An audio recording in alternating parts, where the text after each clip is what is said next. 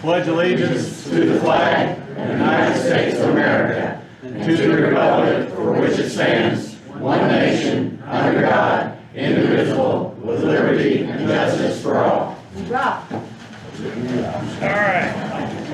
This is the part of the meeting that we give everybody the opportunity, or anybody that wants to speak or say something, has something on their mind. We cannot act on that in this part of the meeting, but we can take it under advisement and act on it next meeting or in the future. So this time, has anybody got anything they want to bring up? I handed over the invoices. There's 5 names that need to be added to the war memorial. $600 in order to do that. I only have 5. One of them has been waiting for quite a while, so we'd like to go ahead and do that. And then the other big announcement is our new DAV vehicle hours. The counties will be here at 11 o'clock on the 21st of September. Please, you're more than welcome to come, but then that will be ours.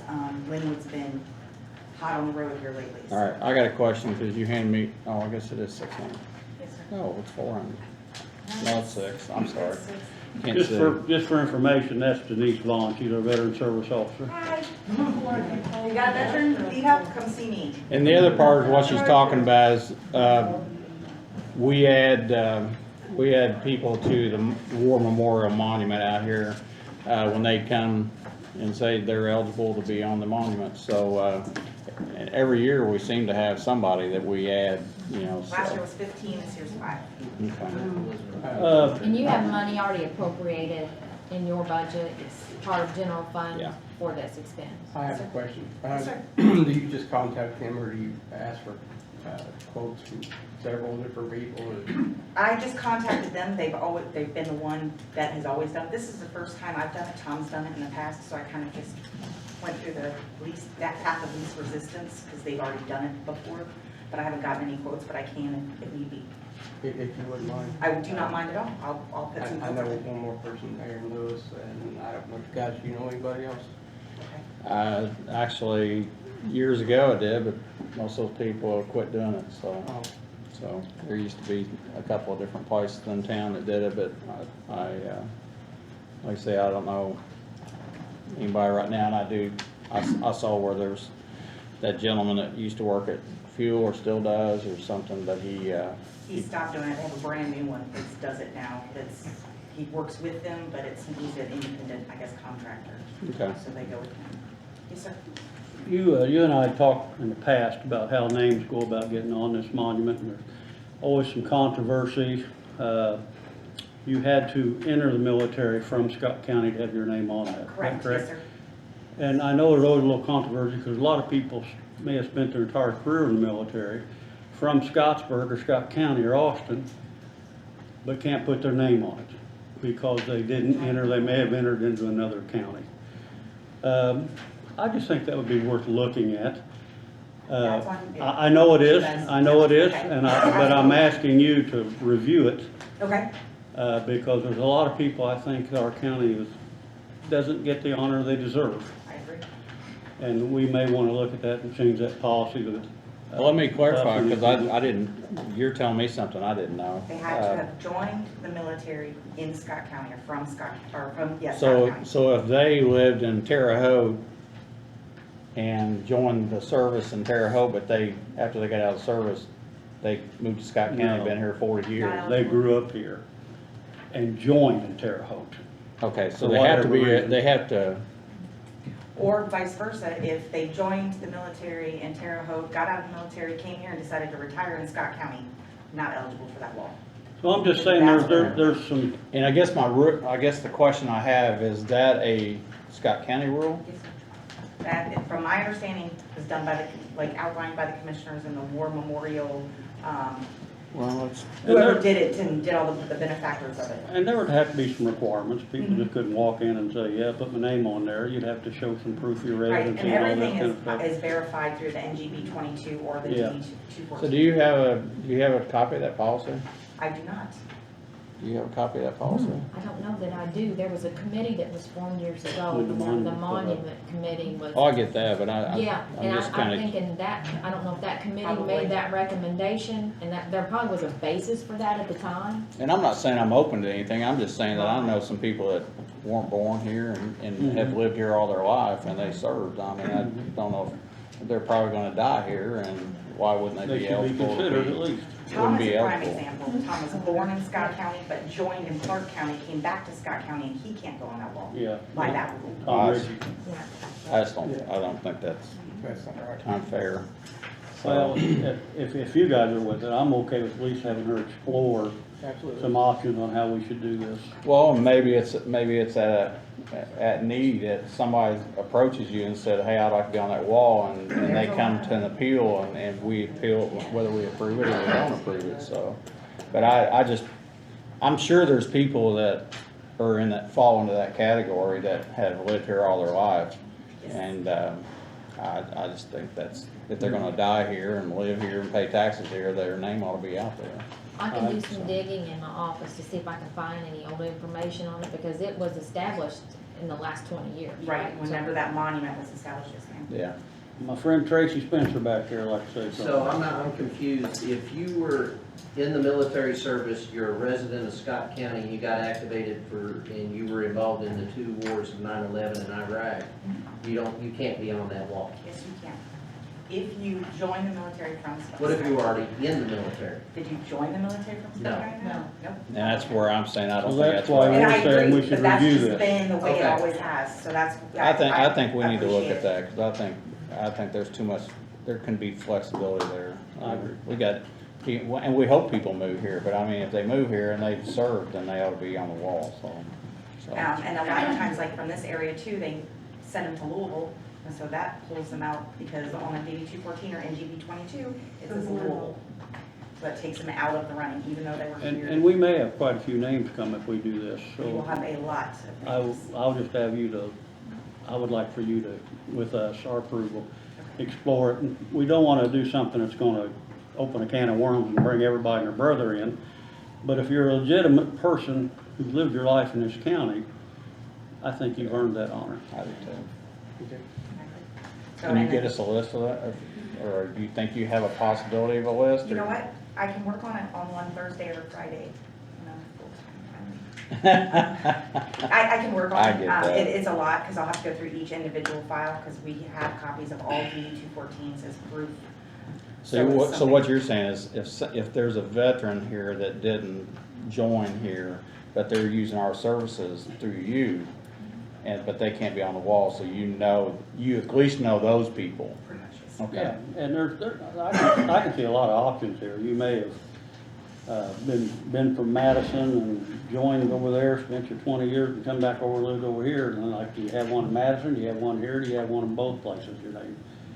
So we have to look at those options over what's the honorable thing to do. National Guard is a big one too, because if they can't get into the National Guard unit here in Scottsburg and they go to Seymour or Salem and that's their unit, that's where they've joined out of, so automatically that, even though that's the only reason that Seymour or Salem is on their DD 214 or NGB 22, it doesn't matter because it's not Scottsburg or Scott County. Okay. Well, I guess you opened my eyes, because I didn't know it was that way, but I think we need to clarify and adjust that, so if we And I'll can. kind of talk to some of the other county veteran service officers and see how they're doing it too, just because I've got a conference with them on Wednesday next week. I wouldn't want somebody going around getting on all the walls and. Correct. You got the And then VA leaving. I was here. Let's find something fair. Absolutely. Yeah, Yes, sir. and I think we need to try to find what their rules were when they Yeah. did the monument, so. There may be Well, an old file. So, all right, thank you. Thank you. Thank you. Thanks a bunch. All right, anybody else have anything that's not on the agenda? Yes, sir. Mike Dowd, out there at Green Acre. Bring up, I know you can't do anything about it right now, but, we have like a miniature junkyard going on out there that's blocking half the road, and dilapidated vehicles out in the road and in their lot. The address would be 1372 Green Acres Drive. Okay, well, I'm gonna ask you to do this, because I can't go to the health board or to, I've been there. well, then I would have to get a hold of Tim, find out if it's vehicles, I know the county won't do anything if it's a vehicle that is doing something like that, but if, How about 10 of them? well, We have. what I'm getting at is that Junk car. it goes from the health department to the IDEM at that point. I've been there. So what'd they tell you? Just passed me on. I went to EPA local and EPA state too. So let me ask you another question. Are they in the roadway? Well, if you classify a roadway as 24 foot, yes. Okay, that's what I'm saying, because at that point, I think they can be towed. I showed the commissioner the photographs of the road. Your Randy over there has seen the pictures, so if you have questions, he can. Yeah, well, that's where I'm saying, if it's obstructing a road, and that road technically is a private lane right now, but after the night, it may not be. But if it's disrupting the road, then I think at that point, we could have it towed to Cleveland. There's been times you almost have to drive in the ditch to get by. Okay, I'll drive by there and look at that, because I think the sheriff. Well, make sure you bring your four-wheel drive. Yeah, I'm ready. I've been there, I've been back there. I get that. Go ahead, ma'am. My name's Dorothy Johnson, I live out there at Green Acres. And, last year I had a heart attack, the roads is bad, what's worse now. But the ambulance, like, never got me out of there, and me having a heart attack last year. Yeah, Cause all them hoes, and last year, no, it was this year, had to have the ambulance come back out and get me. They like never got me back out there. yeah. And, you know, what if, you know, they can't get back in there because all them potholes. Yeah, well, here's what, and this is, we're gonna bring this up here in a few minutes, but I will just say this, I believe it's our intentions to, as a highway, as commissioners, and I don't know how the vote's gonna turn out, but we've been looking at taking some of these subdivisions that have, for not a very good word, but where the developer has just walked away and did not finish the roadway or just let it go. We're gonna try to fix some of those areas, and since I became a commissioner, I tried to do it, and it was always saying it's private property Yeah, and that's what whatnot. I've been told. But my whole thing is that if we as commissioners have a $250,000 ambulance that we're trying to get down your road and we tear it up, then, you know, that's gonna be an additional expense to us. So, and the same thing with the fire departments. You got a $500,000 fire truck trying to get down a road they're gonna tear it up. I know we have a state police officer that we're paying taxes for his vehicle and he's gonna tear it up. You don't do anything. Well, he don't leave anyway. But anyway, we get it. I mean, actually, I was at a fish fry a year ago when a contractor was sitting there and had a load of blacktop that, you know, somebody had that was still on a dump truck, and he needed to get it off the dump truck, and he went out there and put it on Green Acres. I mean, I got a Yeah. nephew that lives across the road from me, and him and, well, his daughter's boyfriend, sometimes if they get a chance, they will patch him up the best they can. I get that. I mean, you know, it still doesn't help. Yours isn't the only one, and we're gonna start looking at those on a road by road basis and see what we can do to fix a lot of these. And I think we're all in agreement that you know, we need to do And something. to be honest with you, you and I have been a little longer here. We wanted this a long time ago. Oh yeah, I was always We've told always we couldn't. been running into legal obstacles. And I give our attorney a lot of credit. He's found his path here. Yeah, so. So, I know Randy wants to. And, Well, we wanna help. There's a light at the end. There's a light at the end of this tunnel. People that wasn't privately owned. Well, that's a legal description. It's privately owned. Yeah. It So. is private owned? Well, we have, well, I know the land, or I think John has spoken with the guy that owns the deed, the Yep. deed for the road, and he's willing to just give it up. Yeah. So I think it's gonna work out, so. But like I said, that's on the agenda tonight. It was on the agenda last time when we asked, for another, we actually tabled it for tonight for people to come in and be able to say something about it, for or against it or whatever, because, my thought has always been is that, your property taxes do not pay for the roadways. I mean, your fuel tax that when you put gas in your car pays for the roads.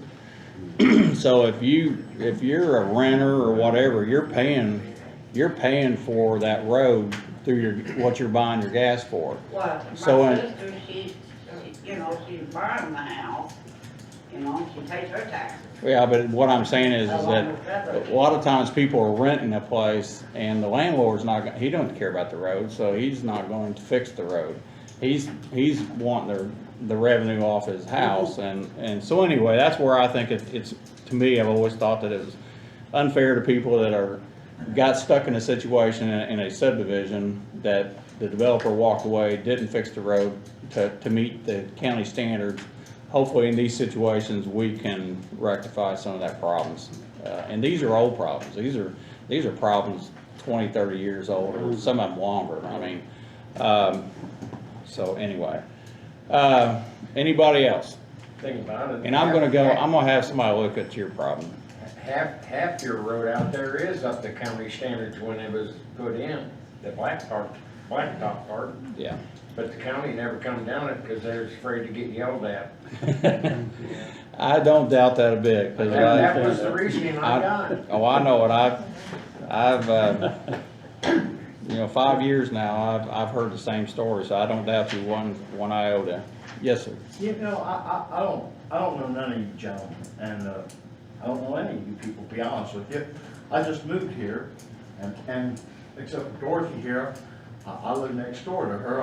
I just moved into Green Acres, and, the realtor, of course, told me y'all were gonna fix that road. That was good of them. It seems to me that there ought to be some kind of legal,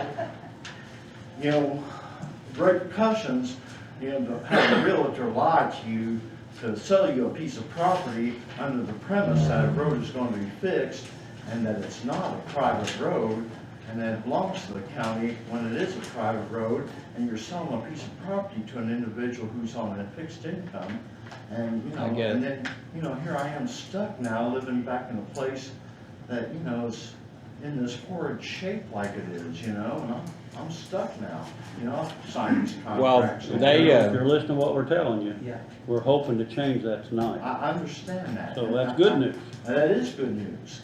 And- Well, I will and tell now you- I hear out of your mouth, though, that you say that all these years of people paying property taxes don't pay for the upkeep of a road, and it's like, but what the hell does property taxes for? your schools. Most 72% on dollars, that's what it goes to.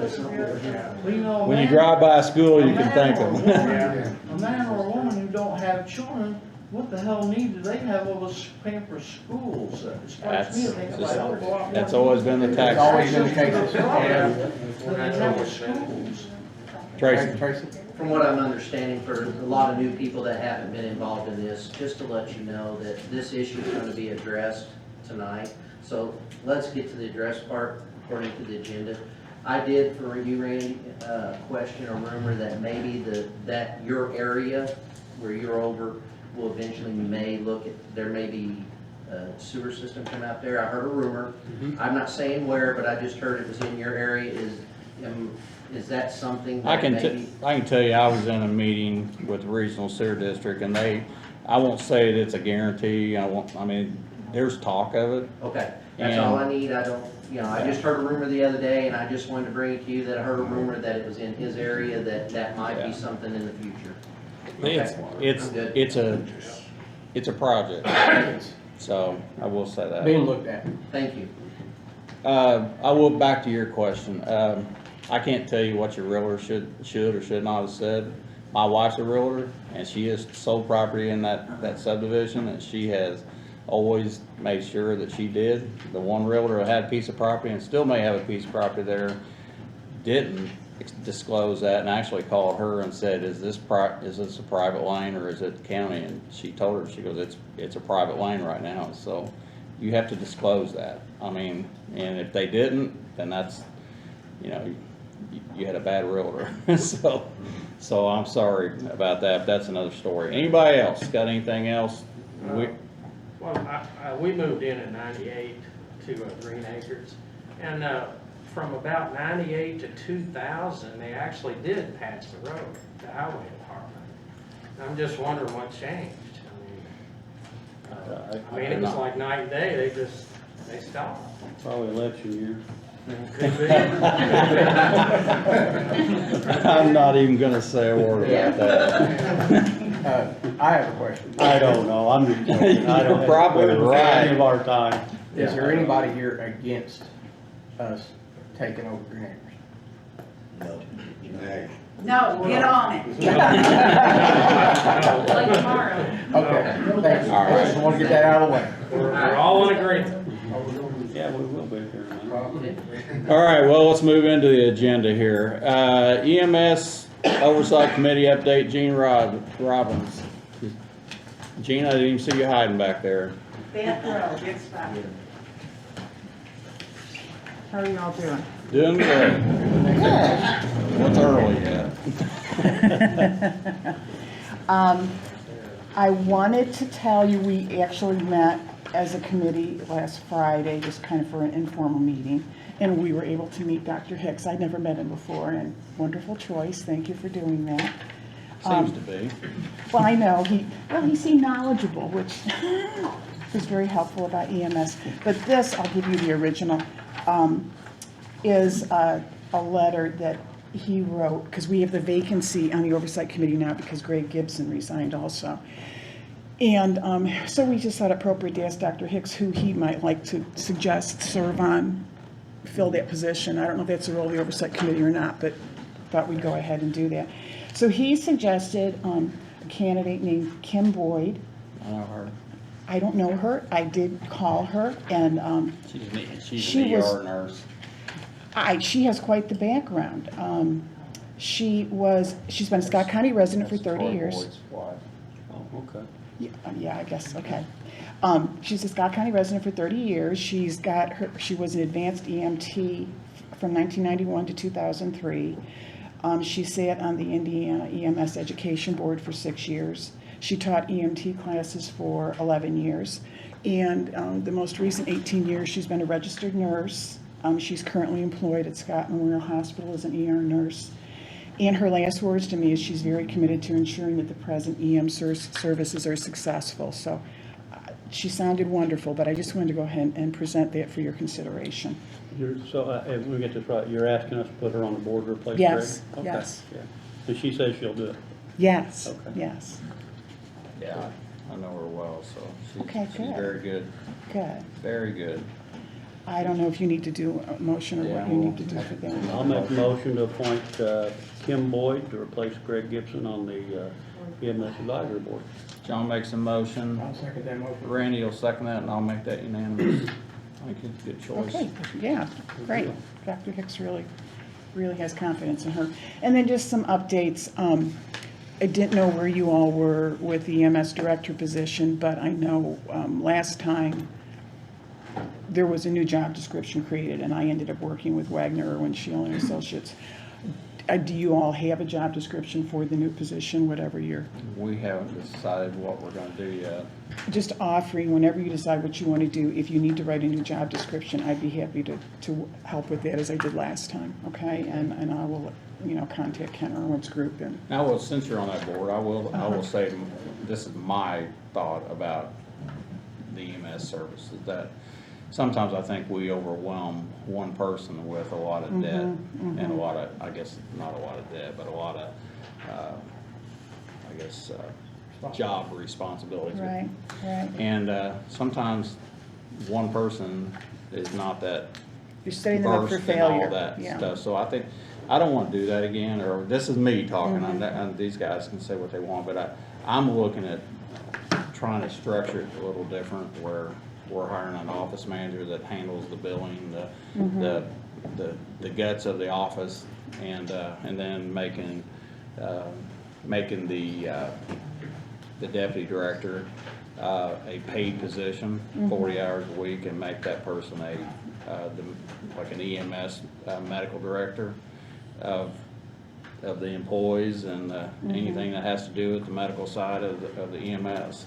And and that's my proposal that I'm gonna come with, but I think we're putting too much on one person, and with what happened in the last year, we need to tighten that up a little bit somehow, so. Do you have some other model you're looking at that's working successfully in another county? I don't. I've actually, and some of this is that there's not a whole lot of counties that own their own ambulance service, so you're limited on what other people are doing, and actually Washington County is modeled after us, so outside of their board, everything else is structured about the same, so that's not a model you can really look at and say, hey, but it's working there, but it's, and I'm not saying it wouldn't work here again, but after, what happened, I want a little tighter, look at the finances of it anyway, and maybe it's a situation where there's, there's two people that are involved in purchases and stuff, and then we need to be more involved in, hey, what are you buying, and we need to know what's going on as far as when it's being purchased and everything else. So anyway, again, that's me talking. These other two commissioners may have something totally different, so. In response to that, it's been interesting. I don't know, Kyle, how long have you been doing interim? Since July 8th. Okay. As the director, I've been there since 2011. Was there an hour? No. I ended up going to, he did a presentation for the Safe Haven box to a group, and I went with him, and he did a phenomenal job. He's doing a great job of representing the organization professionally. Yep, I agree. I was really impressed. And you had a lot of money as a result of that presentation too, so thank you for doing that. And then also, Pat Ford seems to have a good handle on the finances right now. I felt much better about things when I talked to her last Friday. And so we were all as well, Raymond was there. Raymond, sorry he couldn't come today, he wasn't feeling really well. But we keep on coming back to, we want to know what you want us to do for you, okay? We kind of talked about that, not long after you got on board, Randy. So, as you're working on what you want in the leadership out there, we want to go ahead and make sure you remember you've got us to use the best way you think is going to benefit the county and the service. And we never want to give the impression we're trying to take over any responsibilities that are the commissioner's responsibilities. That's never our intent. The present statute, I guess there's been several statutes over the years, but the present one's pretty general in what the expectations are for the Oversight Committee. So if you want to be more specific, we welcome that. Some suggestions that, we're looking at is just, let us be an advisory group as we're supposed to be, and address the priorities that you and or the service have identified that, need assistance from the Oversight Committee. Also, we'd be happy to review budgets. We really haven't been involved in that, not even budgets as much as expenses and income and so on, maybe on a quarterly basis. We don't want to micromanage any of that, but certainly we can be utilized for that. Well, we might want that. Committees I don't see as I know micromanaging, but you're just what making I'm me saying nervous is about that- it, okay. I think we need to use you guys more. Just my opinion, I won't say we've overlooked you. It seems like we've trudged ahead a few times when maybe we should have sat down and talked to the board first. And We just don't have clearly defined roles. I think agree. that's what it is. I agree. Well, I think also the advisory board, I would like to see, one thing I would like to see is if an employee has like a complaint or a problem or an issue, that they are able to go to the advisory board without having to come to the commissioners and see. Well, and I was going to talk about that. I think there's been confusion on who you go to when people have not been happy. And it's pretty well clearly specified in the HR manual. But if they're not happy with what their supervisor's response is, they have to have another option. And if they feel going to the commissioners is their best option now, that creates a real problem, doesn't it? Yeah. So we've avoided personnel issues, but, you know, we can talk more about that if it's Well, specified. but I understand that, but I guess where I'm getting at is that it's an avenue for someone, and I don't have a problem, anybody call me, and they still do. And I don't have a problem whatsoever with that happening, but sometimes the answer I get or give may not be the answer they're wanting to hear or Right. whatever, but maybe we form some sort of board, you know, or that give you more authority to say, hey, you know, if there's a, you know, if there's an issue with somebody, then they would be able to come to you. Not that you're gonna resolve it, Right. but you're going to advise them, hey, here's, you know, maybe a resolution to it, Right. or come to us and say, hey, we couldn't resolve this, and here, can you? So, Okay. and like I'll just say, like our fire department, we have a grievance committee. And in that grievance committee, if you have a problem with anybody, you go to that grievance committee, and then if they can't resolve it, it goes to a different group. So it's just like a bouncing board for somebody, so. We would need to change the personnel handbook, which requires approval from both you guys and council, so just a heads up on that. And we You do need to- have allowances in the handbook for a personnel committee. Yes, you need to, And you just need to carve it's spelled out in the specific, handbook, yeah. So, Okay, just, I think though, going over this and defining it more clearly is gonna help everybody in the whole operation. And then we understand the medical director, they're gonna make equipment recommendations and prescription recommendations, medication recommendations from what Dr. Hicks said the other day. So yeah, keep it open, whatever else you all want to do, but we really like to work on that this year. And just some observations that are not only being observed by us, but I think all of you. The lack of stability and leadership out there for the past 4 years, it's been 5 different directors or interim directors, has not helped anybody. oh yeah. And then that whole confusion of the chain of command where employees go, they're not happy with somebody, that's just kind of diluted the effectiveness of how we operate. And that was it. You've done good. Well, thank you. We're more than happy to come and do updates more frequently Well, than we like I have. said, I know when the advisory board was first formed, you were probably busier than you have been since then. And we probably need to clarify what our expectations are. Right. I know there were some people that were kind of upset with me or the commissioners or whatever over terminating an employee without going through them, but, you know, I kind of, I don't feel that, I mean, it was Raymond and me, okay? And then, but no, I don't, that wasn't our role. I get that, but, and that's,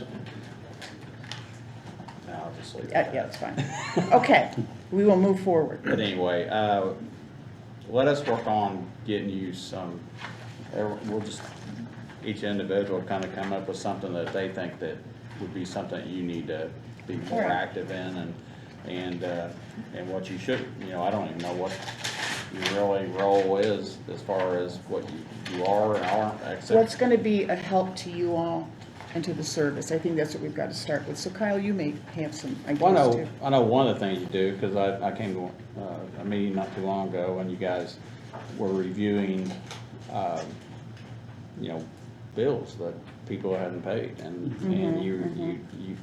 you guys either resolve that or stuff like that, so that's, I do know you do that, I mean, and. I there's don't other remember things doing it under previous directors though, so everybody kind of had their own. Yeah, Okay. so I think that's a good idea. I would like to, and maybe it's just, maybe if I've been notified, but I've been missing out, I think I'd like to know when your meetings are. We've not had set, so we're gonna improve in that too. Well, with Yeah. COVID, I mean, that kind of That shut made you it guys did. down, shut a It lot of did. people down, so. Should I get your number so I can reach out to you? Oh, absolutely. Thank you. And because I think the EMS oversight ordinance where the committee was formed and how it's to be appointed, kind of painted it, and Jane, if you can remember that, it said, matters concerning the business of EMS, and that's just a That's- broad brush It to was paint very that with, and broad. so there's no delineated tasks on that ordinance, and I think if you guys come up with your punch list, so to speak, that you Yeah, want them And to I address, think, that would help a I lot. think myself, I mean, I'm gonna guess they may paint it with a broad brush, because when you have an advisory committee, you still don't bypass the fact that it's our responsibility to make decisions. So I might imagine that's why they did that, but that doesn't mean we shouldn't let them know what we expect. Yeah, but it's also,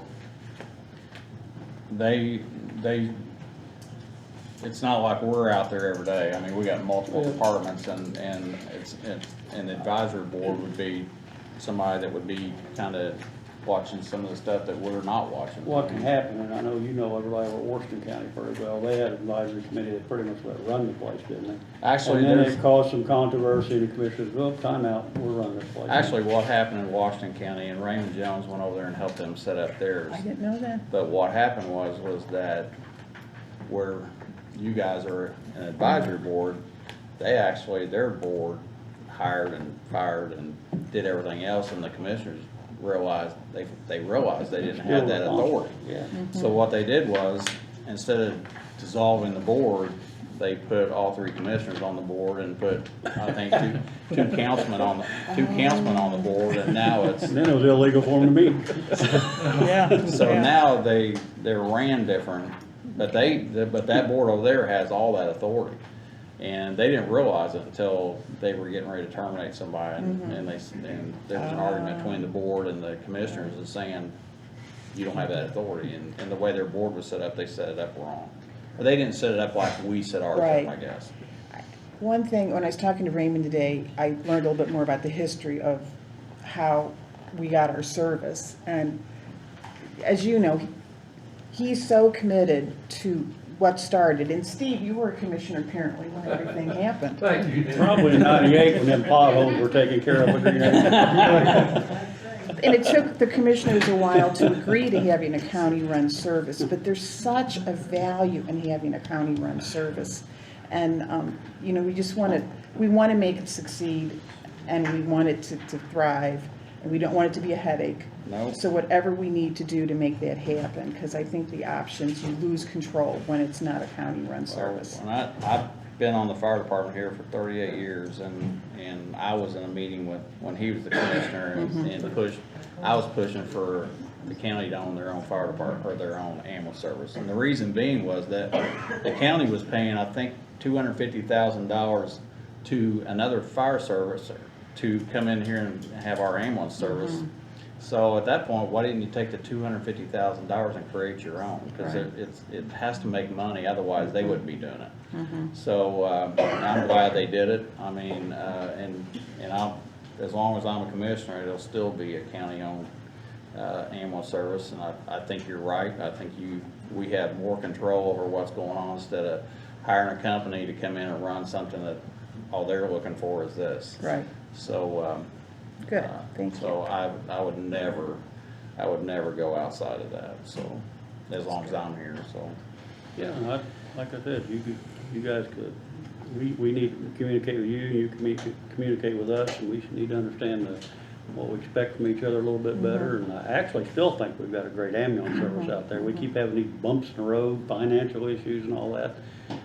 But I still think we're probably comparable or better than about anybody around. Pat feels really good at where we're at right now. Yeah, I She think didn't so. feel that way 6 months ago, Yeah. but she does now.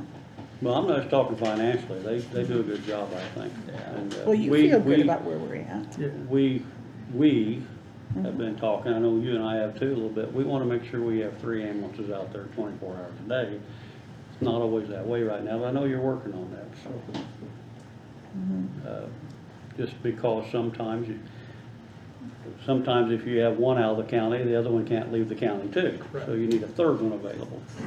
And that happened last year, and that's why we pushed for that, And yeah, we want that permanently. And And it's hard to do, you got enough people. We currently have all positions filled except for mine. I was the truck spot. Obviously, I can't fill that in case I need to fall back to it. But the issue we run into right now is we have 3 full-time trucks, so there's no need for part-time unless they just want to pick up when somebody takes off. Well, you have individuals who are couples on different shifts, and whenever they take off, it takes both of those shifts out. So then we run 5 people instead of 6, because some of the, to be honest, all of our people have been working tirelessly, picking up additional shifts. Like Joe Mickna, the guy's running circles around everybody, and he has cancer right now. He's very open about it. And this past week, he lived there almost every day just because of the run volume that's coming out to make sure that we have 3 trucks. Well, we've talked, there's been an incident or two, and it's not that you guys did anything wrong.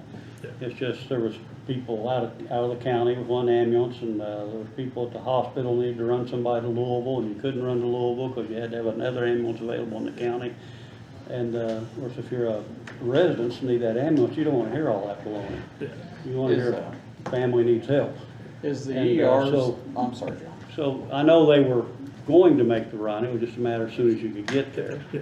So, anyway, go ahead, I'm sorry. No, I interrupted you. Is the ER, are you finding that the ERs are holding you on these transfers?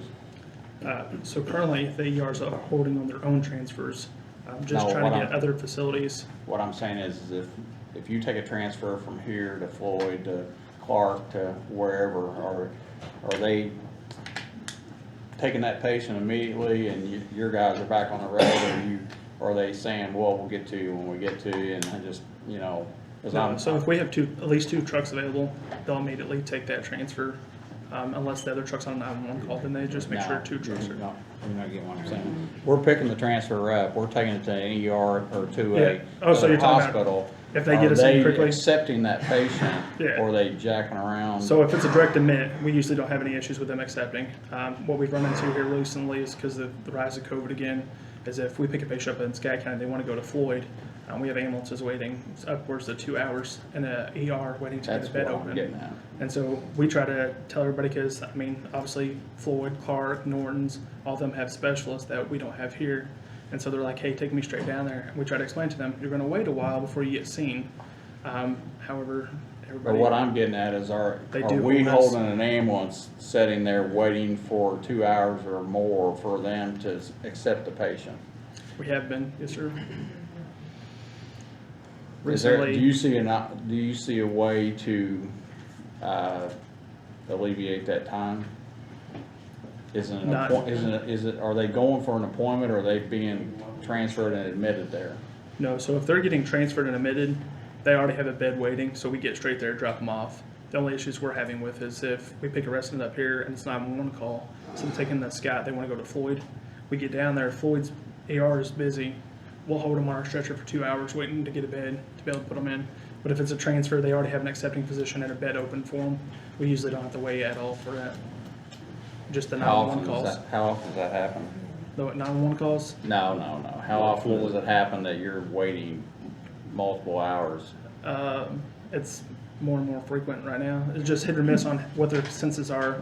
Right now, we try to deter anybody going from Clark, Floyd, or Norton's ER, just because they're holding so many of their own, and they have to be able to get their sick people into. So what you're saying is if you go to a residence and that person says, hey, I want to go to another hospital besides Scott, they're taking a chance they're going to lay on a hard board on a stretcher for hours. Yep, and our crews are making sure they let them know that, but it's ultimately their decision as long as we have another truck available.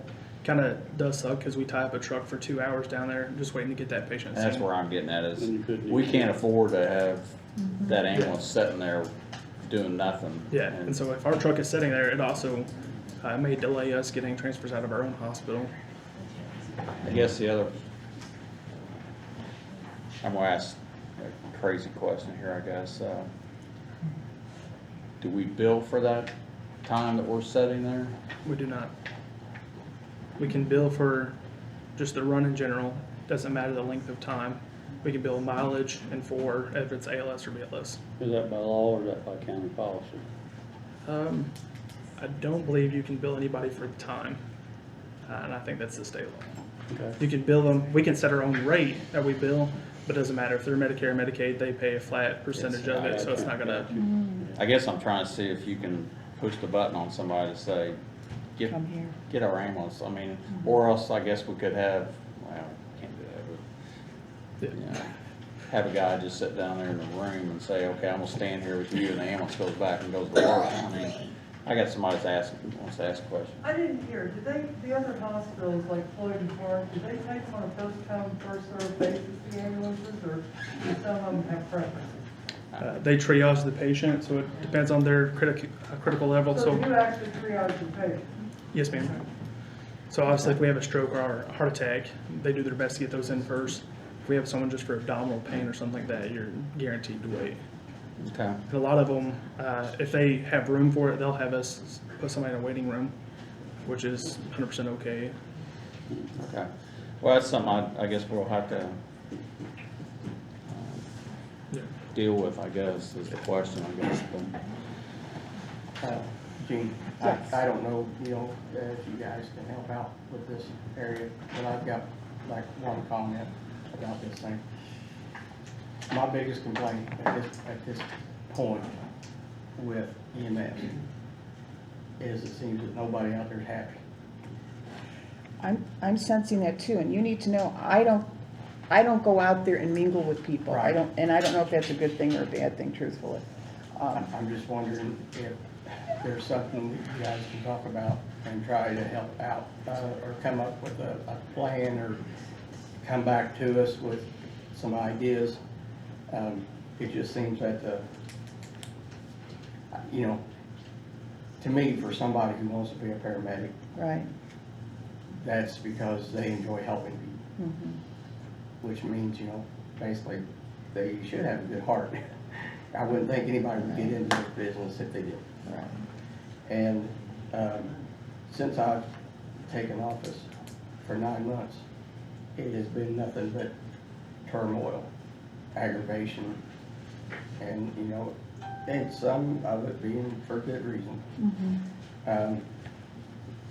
But, you know, I would like to see it be a happy place for people to work. You know, Right. I don't know how else to put that, because if somebody's happy at what they're doing, then they care more about what they're doing, and it gives a better service for our county citizens. But if you guys can give us some insight to what's going I on. think I'm gonna ask Tammy for the personnel handbook. I think that's a good place to start.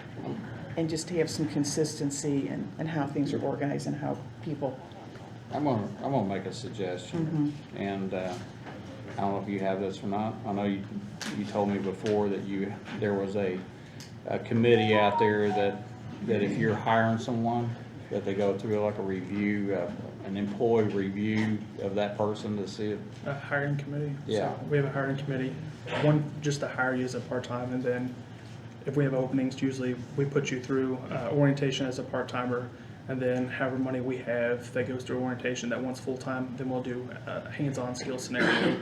And then there's usually at least 5 people, and Okay. majority. well, here's what I'm gonna suggest, because I'm gonna echo what Randy's saying. And I've had some not too pleasant phone calls last week about this.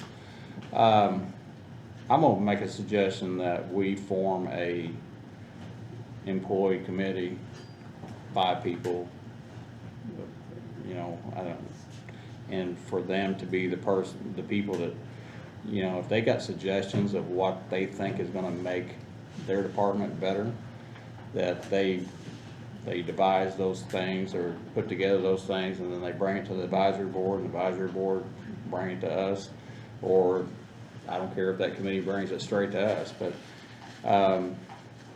I want, you know, I know what the pay is, I know what the work is, I know what the equipment out there is, I know what the facility is out there.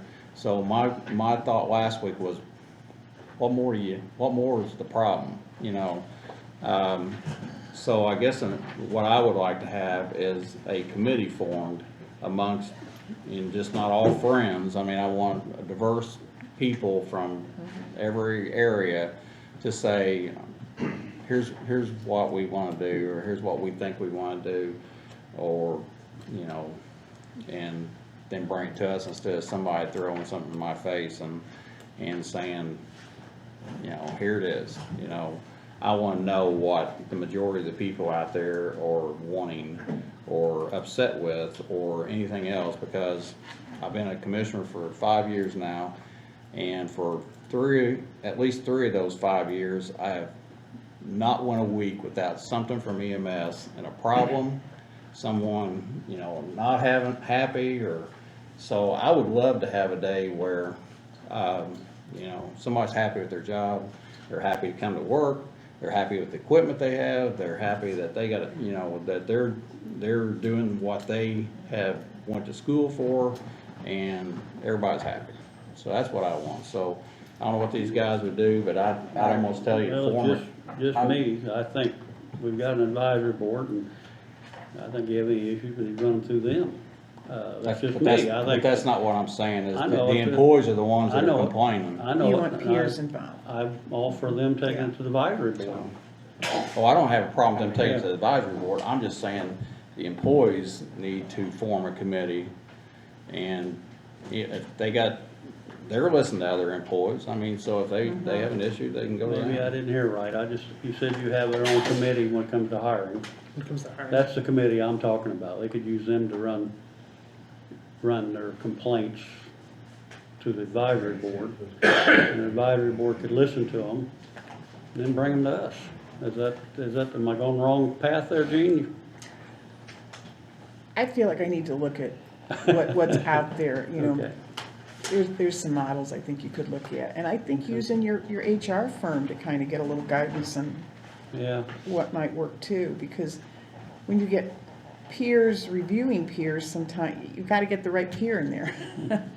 Well, So, you can have a complainer that's gonna complain That's about right. everything. That's You right. know, sun came up today, and I didn't like how it came up. you're right. But, and that's with anything, I'm not pointing fingers at them, I'm just saying it's everything, but I would like to have a diverse Yep. committee, and not somebody, you know, I'm not saying that the committee you have that you're talking about, I'm sure that's probably the most, you know, the top echelon people probably out there, and maybe it isn't, but I'm just saying that I want the person maybe just hired in to the person that's been there the longest, I mean, in male, female, whatever, I mean, but anyway, think about it, but that's what I'd like to see, because I don't want to be caught like I was last week, and I want to know what the problems there, if there's a problem. Well, I think part of the problem is when you go back to how long you've been around, how long I've been around, we've seen where it started from, where it came to. Most of our people now has been there either a year or less. So they don't know that part of it. And anytime you bring that up, it's like, well, that's not what I hired in for. I don't care if you had 2 trucks before. We have 3 trucks now. I don't care what it was like then. I get that. But You try to reason and explain stuff from the past that where we've come forward, but where they started at is where we were at now, and they've not seen that past. So they just want to. Well, as a voting member of this board, I'm gonna bring up that, you know, unfortunately, I didn't know EMS. I'm not an expert at EMS, and I didn't know what was going on with EMS before I ran for office. But in the 9 months I've been here, I have seen a gross amount of money go through EMS. I know you have the best equipment out there that money can buy. We've done our best about making sure that we remove anything that was in your way to prosper and to be good, you know, be happy. And so far, it's just a bleeding artery that doesn't stop. So I understand what you're saying about the people who've only been there for a year. But they, as a voting member, I'm telling you, in 9 months into it, I want that to be a county operated facility out there. But it's gonna have to tighten up and get there, because some of this is, Absolutely. it's a gross amount of money we spend.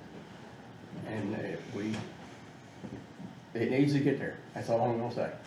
And we had talked, and you asked for me to bring you what the EMS has cost the county since 2017. Originally it was 2019, 2020. Profit and loss statement, yeah. So I got it from Teresa, the auditor's office, as well as Balance with Us. Since 2017, my bad. Since 2017, the only thing EMS has cost, this is excluding cares and redevelopment, because that was given to us extra. But from just the county aspect of county budget, it's 281,000, that was out of lit. And this is the first year, 2021, that we've received that. Everything else has been self-sustaining. So when EMS started in 2005, the first 2 years, the county, we were on the tax roll. Since 2005 up until this past year, we've been self-sustaining, hadn't received any county money other Right. than based off our own. But you're talking about county now. Correct. Okay. All them grants, So we receive CARES and redevelopment. does come from taxpayers' money. Correct. So county, state, doesn't matter. So- You see what I'm getting at? So You've got total your- since you've got your 2005 building, has been you've got your 1.5. ambulances, You've got $600,000 in Lucas devices. The list goes on. Correct. There's no way that you guys could dug yourself out of this hole if you included every little thing that actually. So, and Kyle, I'm not getting on to you. No, I know you're not, yeah. I think you've done a good job, okay? But that's why, I think Mike mentions that maybe it's time for a business manager, or somebody with business background. Somebody who does know how to work with people and on a level of human resources to keep people happy. I mean, things have to change out there. In order for them to, I want people to be happy, I want us to run a good service, I want it to remain a county ran facility.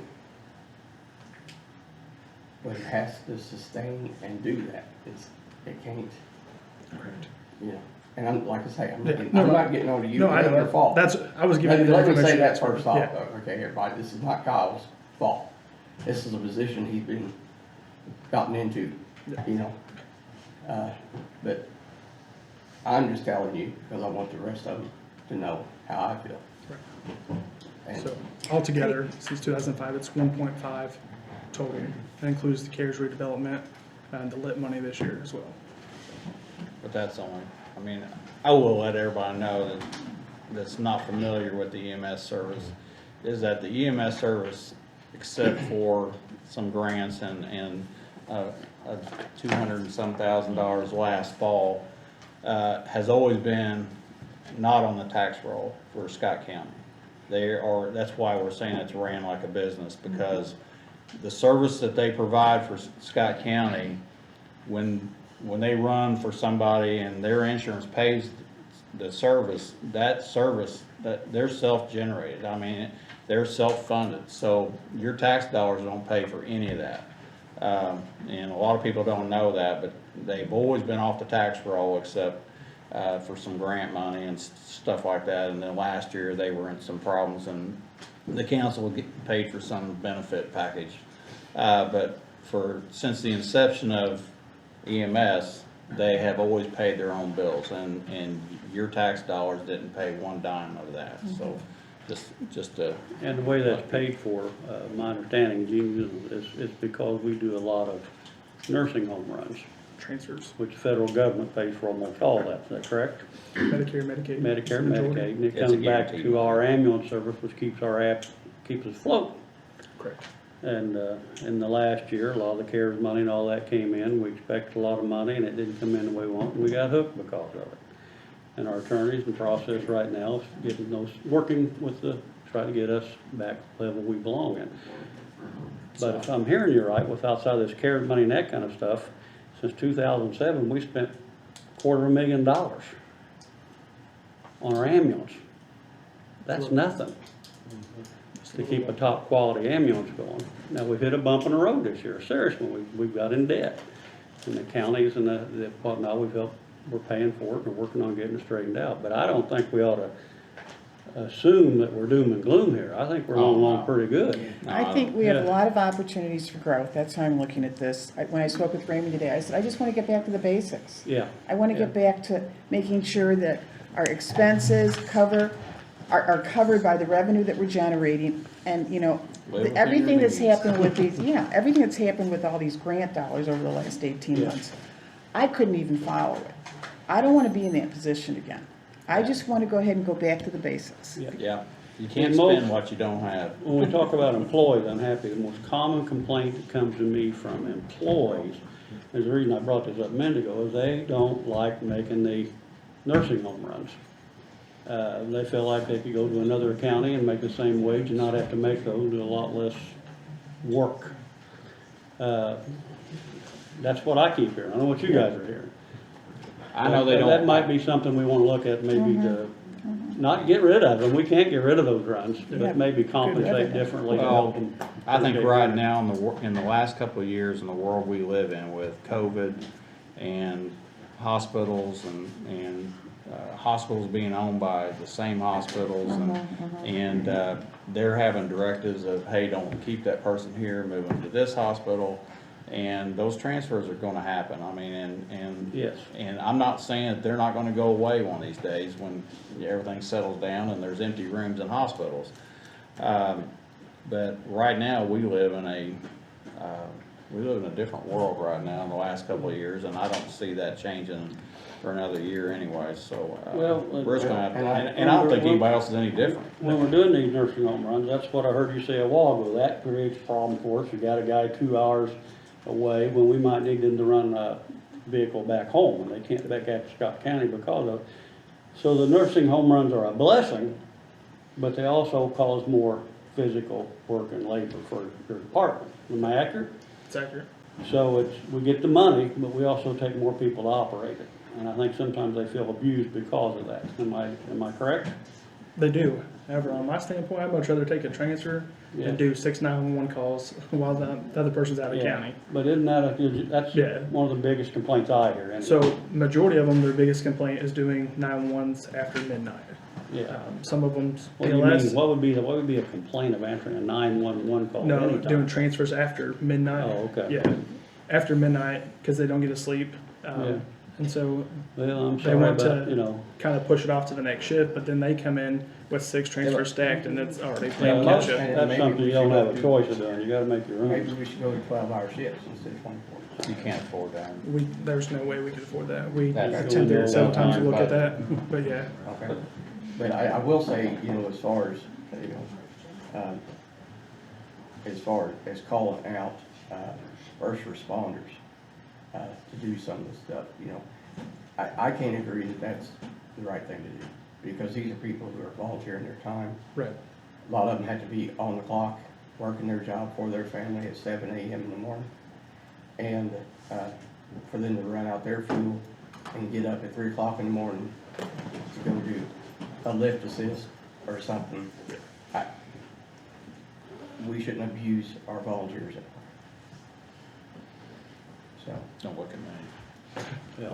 You're gonna call me anyway. Whatever, I don't. No, anyway, no, I agree with that. I don't know what the solution is for hurrying up and getting someplace and sitting for 2 hours, and quite honestly, that's on the ERs of other hospitals, so, I don't understand someone transferring someone unless it's an emergency, someone transferring someone after midnight out of a nursing home or anybody else unless that person, like I said, it is an emergency. But our hospital, I've had family members out there and they've sat for 3 or 4 hours. As a matter of fact, my mother ended up being admitted because she sat there so long that they finally said, we're not gonna get you a room tonight. Yeah. So anyway, I know things happen. I know we're in a different, world right now, but I guess just patience is a virtue, and hopefully we can, all learn how to do it. I mean, I guess the flip of that is if a guy's on a transfer to one of the outside outlying ERs and he's getting paid by the hour, he's getting paid just to sit there and take care of his patient while they're waiting to get him in there, so. and again, everybody, I think you're doing a fine job. You stood up and taken the pressure quite well. Yes, sir. But anyway, I'd look at doing a form a committee of people and find out what kind of problems the employees are saying they have. I don't think that'd be too bad an idea. So anyway, let's move on. I agree. Do you want to do this? That's all I have left. Yeah, go ahead, so you can leave and Yeah. you might have a run. So all I have is the Safe Haven baby box. We're still at 14,000. $562. So we have over the 10,000 that we need to purchase the box. We did partnership with J&A Brody Construction. They're going to donate their time to install it for us for free in memory of their daughter, Emily Brody, who passed away. Actually got a pretty nice email from them saying they wanted to show their appreciation to EMS for taking care of their family. So they're going to donate their time to do all that. The only thing I have to have is have to have a lease agreement. All it is we're buying the box from them, but if we don't make sure that the box is tested each week, we make sure that the box isn't failing. If something comes up and the box is unable to, it's also the one, yeah, I was going to say that I sent to your all's email to make sure. All it is making sure, yeah. And so that's all I have. Anything else we So should you know need about? us to approve the lease, and you're fine with it? Yeah. Is there anything in this we should know about that would trigger? No, You know, you sign these yeah. things and later, so, well, we didn't read that. I didn't Yeah, know that. no, the only thing in it is like, we gotta make sure that the alarms work properly, which is we will test And once a that'd be week. you doing that. Correct, Yeah. and it'll be dispatch as well, because they'll have Okay. the alarms, there's actually 3 alarms that goes over to them. The initial one when it's open, when it's closed, and then one that's when there's a pressure put down on the actual plate of it. And then all it is there's a $200 fee for the, There's an annual fee Yeah. associated with it, but the total annual fee is $600 for all of Annual it. fee That's is so we have the alarm company Just to to keep it monitor going. it, to You're keep it gonna get going. The alarm donations. company? Yeah. Okay. Yep, and so we still have donations coming in, like last night I got this morning I got contacted by Elevation Church. Yeah. They voted to make a donation. They haven't disclosed that amount yet, but they're gonna bring the Well, I check to us know. tomorrow. I know they're going to. Maybe. I would just like to make it clear that in the contract, the language basically, it falls on the county agency, I don't know how, I think it refers to it as provider here Yeah. to maintain the box, to do all the things, and if you don't do it, You send the box back they to take the them. box back. Also, we're on the hook for, liability coverage and insurance policies as well, but I believe that those are all covered under the general policy. commercial liability insurance that the county Correct. And already you carries. mentioned that, so have we looked at liability with our insurance company? Yeah, so we already have You our already got- commercial we're liability that we have It for our already building. covers. Yeah, That's- it covers it. You have I think every county has at least $1 million per occurrence, $2 million on something like this, what is required for this contract. And I'll in enter- May, you I'll established entertain the fund. Yeah, Yeah. I'll entertain a motion to accept this lease agreement for the safe haven box. I will make the motion to accept this agreement for the safe haven. Okay. Randy, Second. Randy seconds that, and I'll make that unanimous, so you need one signed. Yes, sir. You got on me for signing something once before. I did, that was the ESO program. So I do know, as you said, there are people who are still out there looking I to would say donate. you need to provide a provider notice address, so like where they need to send notice to. Do you want them to send this to? Would you prefer they send it to the commissioners or? I would probably say out there because we're probably out there Okay. more, if you're Then okay with that, but if that's not, fine. then I'm fine with it being the commissioners. We're not supposed to sign this. I think it's on the very last, Very last line. The provider? flip to the back, I believe. Is there one on the back of that one, Mike? It's provider. Okay. Yeah, I wasn't signing any contracts, so. No better. All right, Thank you, Anything else for me? everybody. No. Thank both of you. Thank you. appreciate it. Thank you, Kyle. That I Sorry have for the 10 copies, long-winded. I'll leave that there for you. No, obviously we need to meet more often. Thank you. We're gonna talk about the resolution 2021-017, support of the regional development plan. Tammy, what is this? Oh, here we go. Well, here you go, Steve. I apologize, I have about 5 or 7 minutes, and I gotta get my girl worship in. I'm here with my River Hills hat on, and then Steve is here with the RDA. And River Hills. And River Hills, and our River Hills chairman is here, who's been involved with the RDA process, Adam Dickey. So this resolution being presented, and the council approved this yesterday, is basically what you know has been coming. It's to support the ultimate plan that's gonna be submitted to IDC for that ready funding in the amount of $50 million for our region. They are finalizing the plan that is supposed to be approved at the 24th. 24th.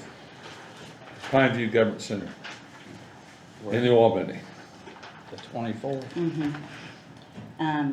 time, 10 o'clock, New Albany. New Albany. To kind of give you an update, this plan you approved, the bones of the plan you approved in 2019.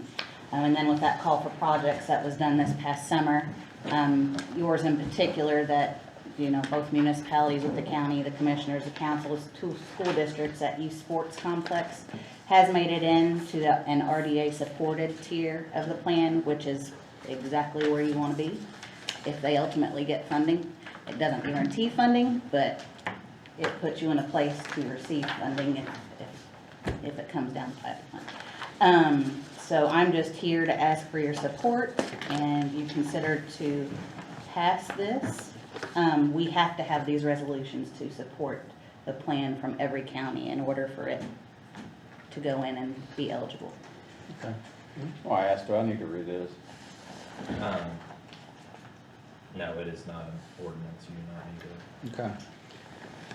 I'll make a motion to support the resolution, number 2021-R-017. I'll second. Motion been made, Randy seconds that, and I'll make that unanimous. I have the original down here. Okay. See you on it, but you wanna Yes, pass please. this down and sign John and everybody You sign? want me to sign it? Yes. and then All Mike three and of us then have to Randy. sign. Okay. And while you all are signing those, I just have a couple of other things. Did you want to say anything, Steve? No, I just want to, That's surprising. Now I gotta be out of here in a couple of minutes. I know, no, we do appreciate, we being the RDA do appreciate your support, and it's been a long and arduous road, but we're hoping to get some funding, and we hope it's the beginning of funding through the state. And you guys have been on board since 2000. Well, I've been your appointee for the last 4 years, and so, you know, it's hard to get people to think, you just don't think of Scott County, you gotta think regionalism, but we've tried to do that, and we've got a great group of people that's doing that, and got a lot of support from a lot of people, and we're gonna continue to do that. Well, the issue's always been that it's not not the will, but you never had the money. Now you have an opportunity to get some money. There's a and- pot of gold, and we think that it's gonna be renewed, because a lot, as I said, I think I told you once, 91 out of 92 counties participating. Now there's 92 counties out of 92 counties participating, so. I think just between Tri-Hawk and Multicolor and Morgan's, there's probably been 150, 200 jobs this year. Oh, Oh, I think so, yeah. Yeah, they're hard. yeah, that's good. Okay. Are you good? I'm great. You sure? Okay. I'm great. If you're great, I'm great. I do have a question about the, just because we've had some issues related to appointments to different separate, essentially, government bodies that come from the commissioners, but I would like an answer from the RDA on what section C in that resolution. Yeah, and we talked about that. That never appeared before. Okay, I think that's because we got attorneys involved. okay. I just don't know what I don't know, I'm gonna contact Bozo. okay. Yeah. It just seems to conflict with. Because we didn't have an attorney. And I have no issue with the resolution, it's more just, I'd like the county to be able to fulfill what it. We have its talked about that obligations are because so that we can. You know, do it all says this work. the mayors and all that stuff was never on it before. It was just a county commissioner appointee. You could have said something, Jack, or wrote my name on it. Oh, it's not, it would have been something, and we talked, it would have been something where Yeah. I would hold it up, because that is just, I wanna make sure going forward that we don't have an issue where somebody's deemed, not appointed correctly or something like that. Yeah, and that came all as a result of legal advice, which was never done in the original creation, because it was just a county commissioner appointee. Yeah. So, and I have enjoyed serving on it. I appreciate it. Continue to You've serve. been a good, Pardon? Thank you for your service. I have just Oh. a couple of quick things. I have a civil rights section form 8. It's not applicable to the Scott County. It was the IU Health Project that Nick Creevy did the administration on. He's no longer with us. I still need you to sign it. Just the one at Austin. That was Life Spring. This was infectious disease. Yes, this is the one. So again, it's not applicable. I just need a signature on it. Everybody give me the authority to sign it. I think he was allowed to sign closeout I think documents so. in I another think you were meeting, open- so I yeah. think you're good. Even outside of meetings, I think. he's fine. Essentially, once you sign that grant agreement, you should be authorized, but we just make sure. Yeah. I think you're good on. Moving on, traffic count update. I know you all have given us a list of roads. We are looking at that. We are wanting to make sure that we haven't already counted some of the roads you've given to us. So we're looking at that right now, and I will get back with you on cost and what's already been counted. I will tell you, she asked me because I was asked for a price or a cost, and she was saying, I need some roads, so I need to know. So I gave her some of the main Fairfields we talked about at Boatman and Lake and Lake West and Leota, Little York, Slab. I mean, so we can add to that. I just wanted to know what it's gonna cost us. Yeah. So we are looking at that. Just to kind of let you know though, I talked to Corey. It's going to be data only. We don't make recommendations on the data you get. The data you're going to get is which direction the traffic's going, how much traffic you're having there, and then speed limit is registered. 10 vehicles went between 25 and 35 miles per hour. That's what you're gonna get, like an aggregated amount. Now, there's a difference between doing a count and doing a road study, is that correct? I don't know that answer. That's why I wanted to make sure. Okay. I know we were talking about putting, passing ordinance on speed for certain roads. You have to do the county engineer or somebody retained in that position for a temporary basis has to do a road study. That's what we're trying to get them to do. Okay. Through River Hills. And they have their own engineers? No. Okay. We just do a traffic count. And we have a contract with PennDOT to do traffic Okay. count. We would If take you your do, then- information and give it. Yeah, I mean, the statute says. But I don't know if that's the same I as don't- a study, Yeah, I don't know. I don't It's- know. I mean, the statute says county engineer, Yeah. but I don't know. and we don't have engineers We on don't staff. either. So, Go let ahead. me make sure I'm right. We may have to hire an engineer temporarily. I honestly can't, I honestly don't know. And I think I'm talking to Zach, really. Okay. We may need an engineer for this. I think that that's what the statute Okay. requires. Or a consultant. We have to look at that too. Yeah, then. you don't necessarily, I don't know if it's, you need a quote unquote, a county engineer Just position. a service. You need somebody who can fill that, position essentially Yeah. with the Yeah. The last thing I have real quick, certification. sorry. What was that clock? That clock I'm gonna have a will go 7-year-old back who's in. panicking in a minute. On your small business grants, between my travels at my office at Jeff and here today, I finally heard from someone at Okra who approved what I had sent up today. So I need to submit a claim to the state for that $250,000. So what I'm gonna ask you is to authorize President Jones' signature outside of a meeting, so we can get that up there. We could still be looking at 30 to 45 days. I'll make that motion. Let it on. John makes the motion, Randy seconds, and I'll make that unanimous, so. And that's for us to sign, or me to sign that paper. And it's actually for anybody that's trying to figure out what that is. The state gave the county, or I guess we earned a grant for $250,000 for local businesses to apply for some assistance through the COVID, so some for revenue lost and some for some other stuff, so anyway, that's what it is. Yeah, All so right. if you get phone calls, they've approved it at the state level, so. Okay. It was actually $277,000. With the local Because match it was, local but the gave, yeah. request for the claim from the state will be $250. Okay. Yeah. So I get phone calls, any idea on? No, I don't. It took Charlestown about a month and a half. Say, to get their money. just tell me it'll be a Christmas present. Yeah. I'm sorry I felt so rushed, but I appreciate you. Well, we Yeah. got on. And I'm going to. All right. Got on Thank you tandem. all. No, Thank you that's okay. again. Thanks. Kevin, We'll hope to see you. Thank you. You all bet. Thank you. even though we told you we were gonna get you in and out, All I can say, Kev, is I tried. I even called him and told him, okay, pick your spot. well, you should have picked the first one. I know, it was already took. What you got? Okay, so a little update on the community crossing paving. We're still set for second week of October we ought to be wrapping up as long as the weather keeps cooperating.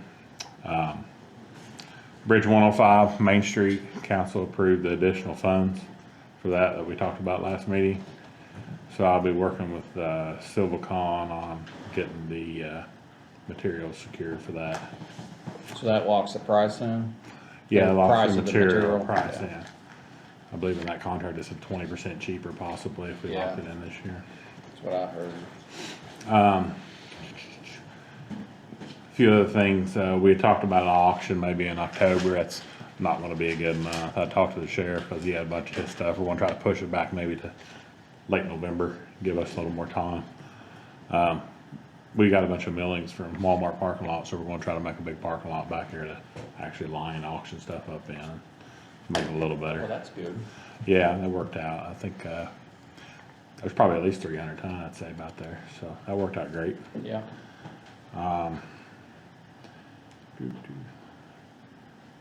Oh, and this is just, something I'm not gonna do right now, but just something kind of to present to you guys to get your thoughts here moving forward. Maybe first of the year. I was looking at restructuring a little bit on our crews, maybe how we done before with, the road bosses in each, district.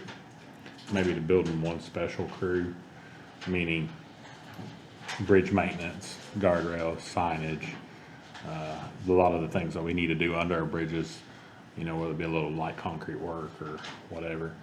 And then kind of like special projects crew included into that, like something like maybe Green Acres and stuff.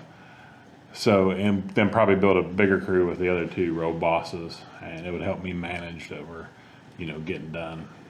If we need 7 people on a project, it gets it done more realistically quicker if I can manage that compared to 2 guys or 1 guy. If 1 guy's off, you got 1 guy, you know, type of thing. So I'm not gonna do nothing for the first of the year because we're busy and change doesn't need to happen right now. Yeah. So I'll talk to you about it, kind of nail it down because I know it affects you guys on how we do things. But just kind of a thought about it, I guess. Really, that's all I have for right now. I was gonna hang around to the Green Acres, and I'll answer some questions if Is needed. the mowing crew still mowing? The mowing crew will probably wrap up about 1st of October.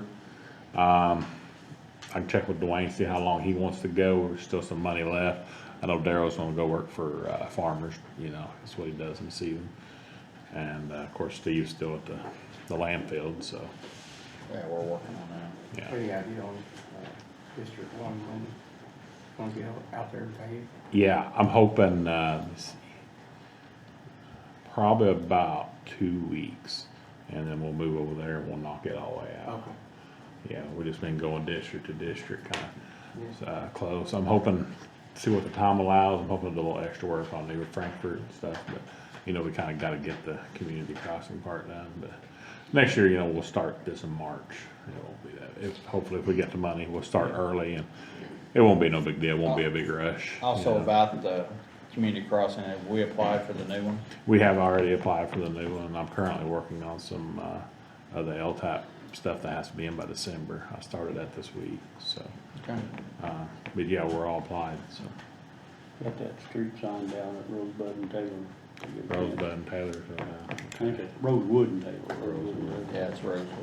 Yeah.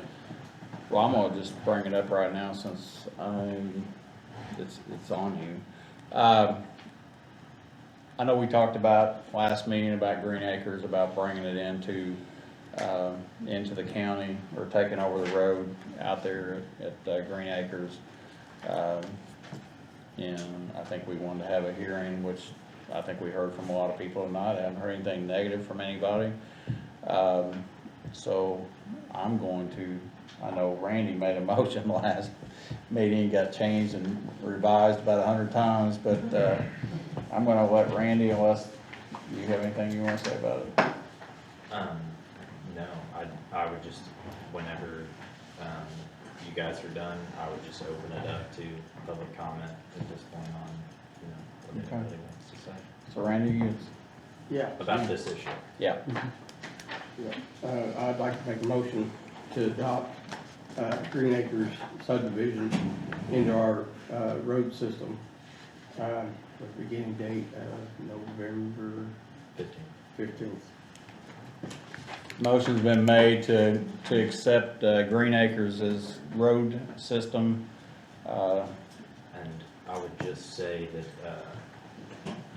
again, with the understanding that the when the road was originally dedicated, back in 1972, there was a dedication from a private company for the roadway to be used for public use. It was never accepted into the county roadway system because it was never brought up to code. It is not up to code, and it does not meet the current standards for county roads, and therefore would not be able to get through. I think was it 2014? To 2004. 2004 ordinance. You're effectively waiving that requirement and the requirements under that ordinance, including the posting of a bond. And this is only applicable to this road. This has nothing to do with those requirements for future developments and or past developments. This is a road by road, decision. And what we know now is basically that the county recorder's office has some deeds that show transfers of ownership of the property between private citizens, and now it's owned by essentially a administratively dissolved corporation. But I think you've talked to The owner? Yeah. Mr. McIntosh. It's been a while, Yeah. not maybe been recent, but I have, yes. But the deeds themselves specifically say that once the streets become public roads, that the county would have those easements. Like it expressly allows the county to do that in those deeds. Okay, so with the understanding that the conveyance happened, prior to that ordinance, we're essentially calling this kind of grandfathered in, right? But we're not waiving that requirement going forward for future developments or anything like that. So with that understanding, I know that's not exactly what your motion was, but that's the basis, the factual basis for bringing this into the county roadway system. We understand it's not in, up to par right now. And yours is as effective as of November 15th. Yeah. Okay. So for the official record, Mr. Jillian's motion could be that it is preceded the 2004 ordinance requirements. Yes. So therefore, he's going to waive the bond and the road standards requirement. Yes. And accept the Streets of Green Acres subdivision into the county right-of-way system. Yes. Okay. Is that good? Yes, yeah. On November 5th. I would say in Oh, conformity. and then the date. So Yeah. effective November. Yeah, and the reason, the reason the date is I want Kevin to have time on November 15th to go out there and start improving. And we discussed with Kevin his schedule, and that's the earliest he can get to it. So that's why that date has been picked. It's not to put you guys off any further. I know it's aggravating, but at the same point in time, Have we waited 20 years? What? It's longer than 20. Before everybody votes on the motion, though, I would just ask that you open it up. I know that everybody's talked before, but it's an agenda item at this point, so if this was an opportunity for people from the public or the community to come in and talk about it, so if you do have something that you want to say, if you object to this, or if you're in favor of it, this is the time. So I'll open it up again. Go ahead. My question is, on the very last house at the end, how far the road's gonna go? To the end, Because half the road wasn't completed. to the end.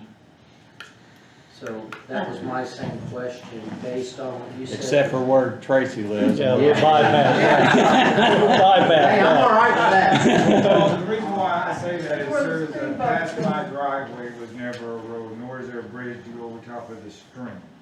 That is there. So there's a culvert there? No, sir. It actually runs in my backyard, and originally the road was supposed to go through there, but it's down and that's gonna have to build a I'm bridge. gonna tell you right now, if that's part of the subdivision, we're going to put a culvert in or whatever. It's gonna Well, that follow, would be a road. Yeah, I was gonna say, It he was needs originally a to. road. it's gonna follow the original plat. Okay, Wherever so that that road is. was my question, the plat that is there, Yes. there are no roads in certain areas. So what you're saying is it's going to follow what the original The plans of original Green plan. Acres. So they will build that road through that right eventually. So I think his answer's whatever the original plat is. Yes. The original plat. So I don't know where that leaves you. Well, but the That's thing about it is, what- I would venture to say they plotted the whole. You're saying that, okay, the north end of Green Acres there, that road is gonna cut down through there, go over to the creek, and then come south. I'm not saying anything specific about where the roadway is going, I'm saying it's gonna follow the original plat. That's the original plan I'm talking about. I So it's- got So they're that. gonna build a road in my backyard. I think we start It is committing gonna something follow where we the, might get the ourselves. original, Fill all that in and fill that whole valley. You'd have to fill that in 20 Do you have any foot. complaints with that? Yeah, I don't want it in my backyard, there's no reason for it. We'd have to go out there and figure that out, Here's my, so. Good okay, luck. commissioners, here's my question. All of our land goes to that creek. That's built up, we get flooded out. Yeah. It took me 1.5 years to clean out that creek, so I don't get flooded out. But we're not, I mean, I'm not gonna tell you that, There's not a road there now. Why would I know where you live, but There's never been a road that went all the way up Right. and connected. we're gonna have to look at that, but I mean. Where is your place compared to Tracy's? Where Tracy lives, you Yeah. know where Trevor Drive, where it curves into Trevor Drive. You turn north and it curves. So if you drove back to his house, He's down in the holler. As far as you can go. it goes farther on the trail? Yes. See, the I road thought you was in the trail. The road There's no ends existing at his base property in there, it, and it was never, It's not even Circle built around. up. that road's supposed to be a So do complete y'all circle. understand that? It was never Yeah, meant. there's no existing base. So of this there's no road. existing road now from where his property ends, coming back to where A part of the The original original was plat. never one developed. lane road comes back to my house That's off where of some Trevor, of these which is like a rich J months shape, and stuff, they Mhm. or an turn L shaped back. road. It's- Then it's supposed to come they back to almost have Green to Acre back. Circle, which was supposed to have completed a circle. Was the only house until last year where a single wide trailer was brought in. I think you ought to Doesn't go past my house. My driveway is the cutoff. And the road was never completed. It dropped straight down, well over 20 feet drop. From the level part of my driveway to where that creek is, that's how much of a grade I have. Okay. Do you have any idea what lot number you would be? I'm in the curve. They don't. Can I see that? Yeah, come up here. 20 years ago. Kevin, you can have Here's Marshfield. I am these two lots. Where's Tracy at? Tracy is right here. He's these three lots. Okay, so These, this doesn't exist, right? this is a lot still there. You see, this road here, my driveway is right here. Okay. These two lots here are mine. My driveway is right here. It was never completed all the way down through here. And what they did is that Mr. Grover, they put, They got a house here and a house here. but what they did was, if I'm not mistaken, it's your brother? Julian? Ricky used to. What they did was they made a ditch, which is now into a creek that runs down through here, comes out over in here to the marsh, because that's the only way for all that rainwater to drain out. These two houses that are put right here, okay, one house here, their property drains right down through this marsh. This road from here to here was never put in. It was never built. There is no road. This is all. Okay, so is there a road this way? No, sir. No, it comes in. It comes right here. And then it turns. My house sits right here, and this, the original road is supposed to go through here. If it goes through there, they're gonna have to build 30 foot of road through there, is what they'd have to do. But what you're saying, what you're saying is if we continue this road to here. Yep, up to But here. what I'm saying is if we go down here and continue this road to his property and stop it and don't make it go out Right. this way, then we're. You still gotta build that up to over And that's what I'm 15 worried feet about. here. What you're saying is if it'll affect your yard if we go all the way back to Because, the yeah, I don't entrance. know these lots. It will, right here. it will affect all of ours because But if we go all the way around here and come back up Pave here, that to his house. the only problem's gonna be down here in this corner. here and here, because it all turns into marsh. This doesn't exist, right? No, sir, this doesn't exist, but Trevor Drive does. Right, it And comes in up and here then- and then dead ends right here. Okay. He lives right behind me. Right, because Right, yeah. this is where I'm at, he's right here. Yeah, I've got these 3 lots right here. Okay. If So he's there's got no, these back ones. nobody else gonna build? No, No, they sir. can't. Okay, and If you that's, built there, well, you some couldn't of build on them because this. of septics and stuff. Right, and if I'm not mistaken, well, My Miss other Michelle, concern is- they weren't supposed to approve anybody else coming back in there because everything else now on this side, it is a straight drop down. Okay. Well, So I'll have to look at that's my that. concern when they pave this. What's up, Dorothy? Right now, when it rains, all this Yes. water comes right through here and runs right through my yard or catches that ditch line. Correct. The ditch line is fine, but it also runs through my yard because the road's sloped right now. When it rains, it all washes through. I put gravel in and it just washes out all my gravel. Because see, this right here starts dropping dramatically because you sit there and pass I'm not this. where he lives, it is on that map. That was the reason why whenever we came here before, I know it was told to us that, hey, if the road's not there, we're not gonna build it, but we can sit there and try to get it paid. And all I know is, like I said, If we can, if let's we, go back to, just kind of, first off, if you would identify yourself, and you, sir, as well, just, not for me, not for me. Yeah. I'm James Campbell, I live at 1679 Green Acres Drive. I'd like to ask our attorney a Bob question. Matthews, When we get a moment. 1707. This is already getting a little confusing. Okay. I want to vote on this tonight, but isn't it a smart guy to do that till we know exactly what we're voting on? Green Acres Drive. Okay. This can all be resolved here. Well, this, Here today. there, Well, the way, so one of the problems, right, okay, is that there were a number of, All right, listen up. hang on. Yeah. one of the issues facing, this is not just a Green Acres problem. I think that this goes back in time before I was born, but,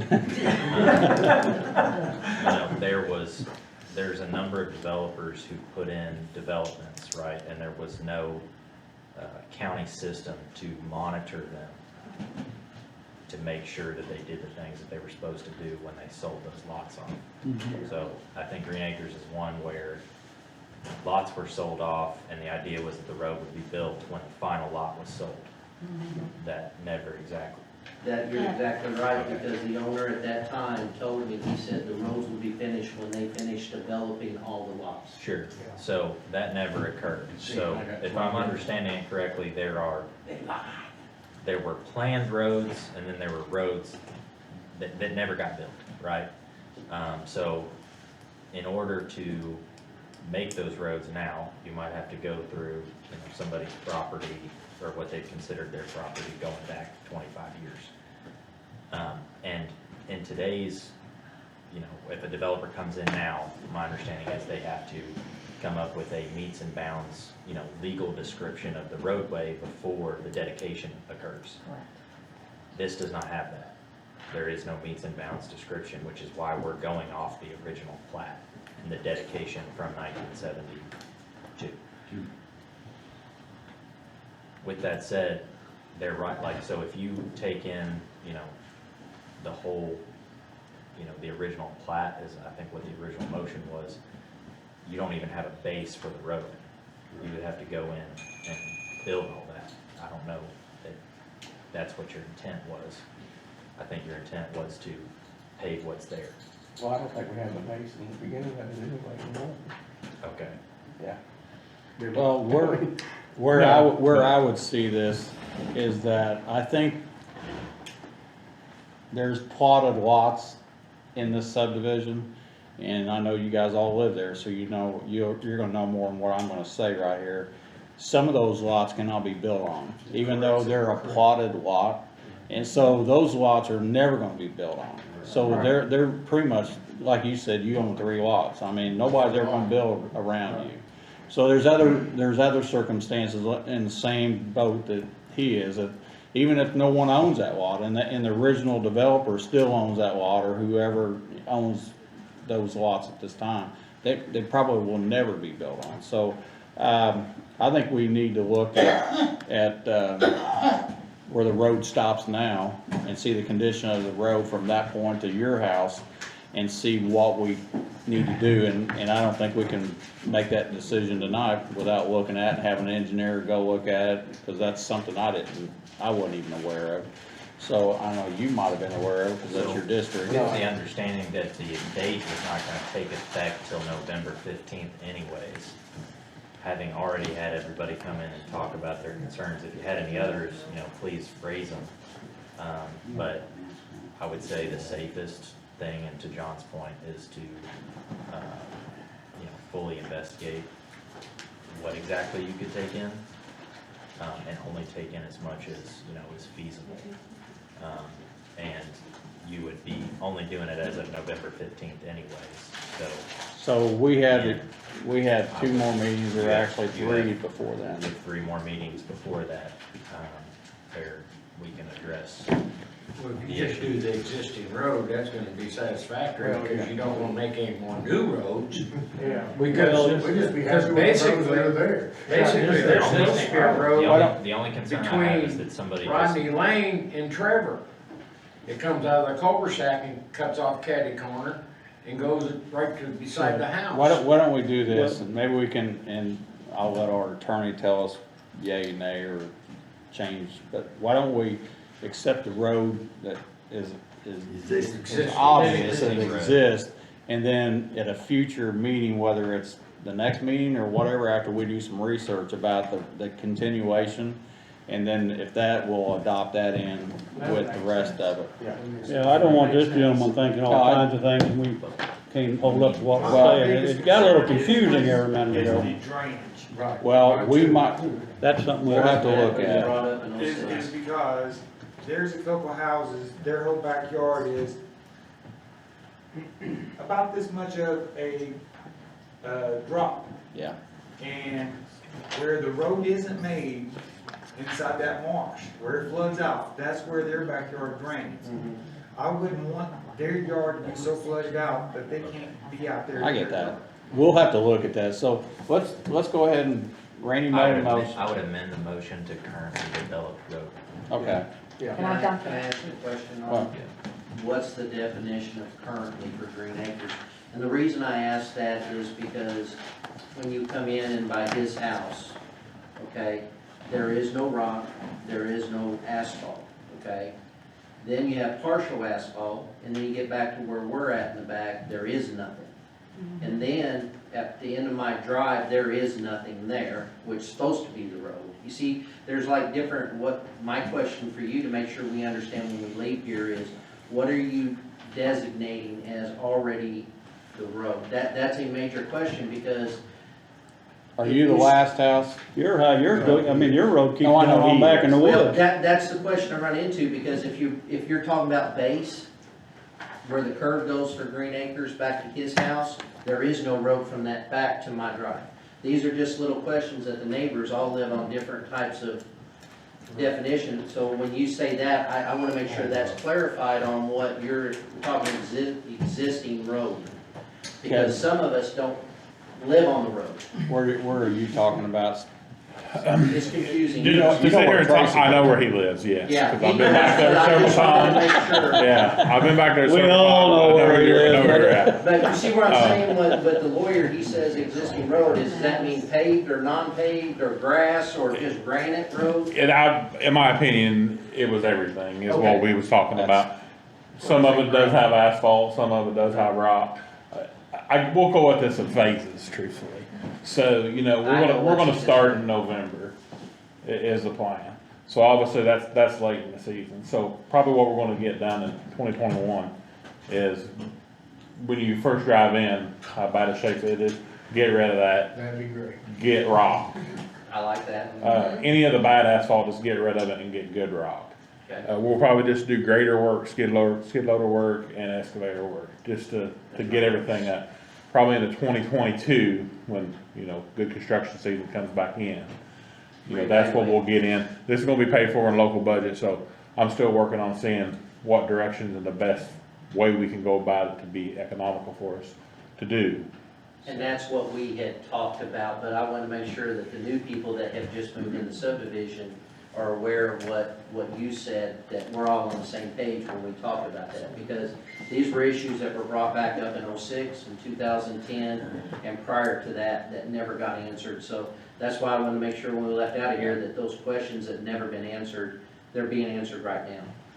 I've got a question, because I'm a little bit confused about where you lived and everything. If we paved to your house, You'd have to go to. the creek, From his house, you'd actually have to go to Trevor Lane.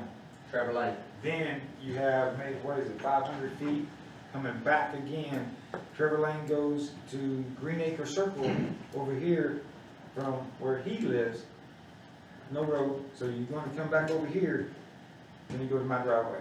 That's the only part that. I can show you on there, on the original plat that's in the system right now, where his driveway is a driveway, it's not part of the road.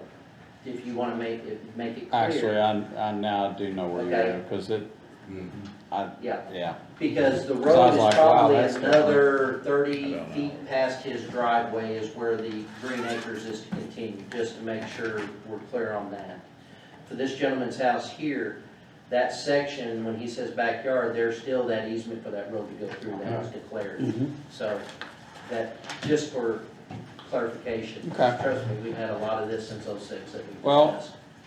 we need to, you're saying amend to say an existing road. Existing road. And then, and I'm gonna tell you that we're gonna go look at it again and see where you're talking about and see what we can do there and at a future date before, I mean, this is gonna take a process. I mean, this is just the start of it, so you're gonna have to be patient with us. I mean, we're gonna try to get the potholes out so you don't beat your car to death and so anyway, the motion's made to adopt the existing roads, and then we'll look into where you're looking at, and that'll be an additional option, so. do we have to say that again, So the motion, a lot of things that I've got written down here is that Randy and Julian move to adopt only the areas of currently developed streets into the county road system of Green Acres subdivision, originally dedicated in 1972, waiving the portion of the now requirements that you are going to waive the bond and the standards requirement for the condition of the road.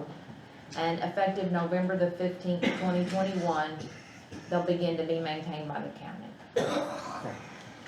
We got a motion on the table. Those portions will be maintained by the county. Randy made the motion, and I'm gonna say that I wanna thank Randy for bringing it to the forefront. I think this is a project you put number one on your list, and it's being completed tonight. Hang on. I wanna thank Tracy, who's been on my butt for 2 years about this. And mine longer. And all the rest of the people in this room who've had to deal with one of the most horrendous roads in the county. So I'm proud to vote to nominate second Randy's motion. And I'll have to agree with everything John said. When I became a commissioner, I was lost for words why we could not do some of the stuff that we're doing here. So I'm gonna make that unanimous, and again, I'm gonna ask all the residents out there to be patient with us. And I hope I don't have any complaints, or the highway doesn't have any complaints when they got an excavator going down the road and. No, that's fine. Lady on the back row.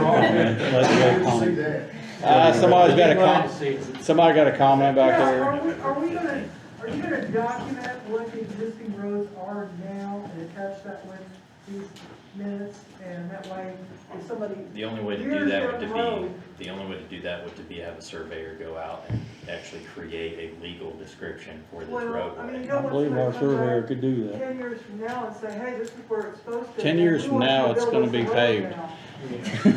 Yeah. It'll be a road that you'll be wanting paved again by that time, so. Well, her question was, and I think he answered, is our surveyor would have to, is that correct? Our surveyor, or we'd have to hire a surveyor? You would have to hire a surveyor. You had a question? Yes, I've only been here for a short time, but my brother's been out there 30 years. Even though them holes look like they can take a whole car in, they go through there like really fast. I mean, I don't know how they still got a front end. But I'm wondering if, once the street gets paved, we have a lot of children out there that be in the streets. And if there's any way they could put speed bumps out there or some kind of speed limit. I'm gonna say this, our highway guy here will work very hard to make it safe for Okay. your children.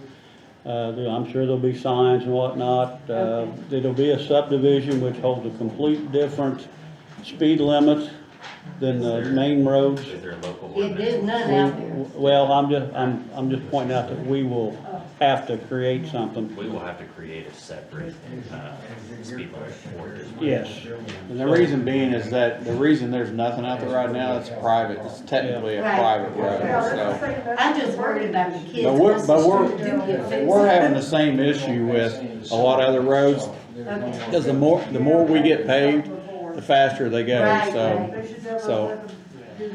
All right, we've, passed that motion, and, so, bear with us.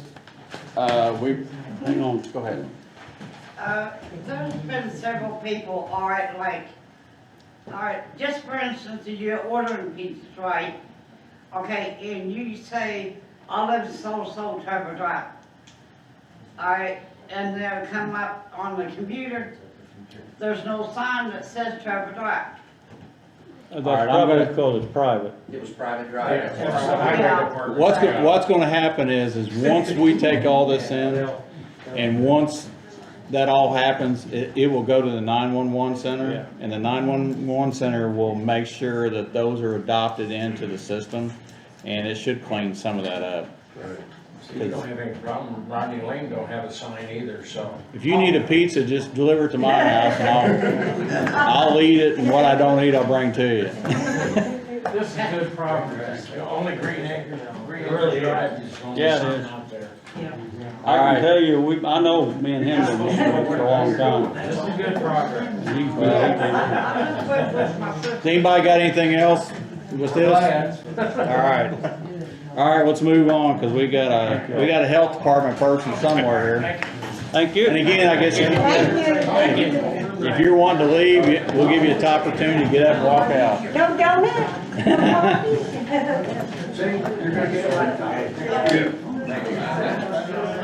Michelle. Did we pass it? We did. No, you're done. You gotta run too. Get out there and pave that road. Seriously, I ordered me a pizza, and they came on there, well, we can't deliver out there because they're intercold. Yeah. It doesn't show up on the computer. Yeah, well, that'll be corrected whenever they get to 911. It won't be overnight, Dorothy, but they'll get it I done. know it. So there's, we're in good shape. Thank y'all. Michelle? I was hoping I could go straight on home, Burger, go Save Block first. See you later, Charles. Thank you, Dorothy. Bye-bye. Thank you, sir, for your thoughts. Glad you moved to the community. I hope you excuse my earlier outburst. Oh, you're fine. I'm only 95% asshole. Well, I'm Shouldn't have the 100. other 5%. Thank you, sir.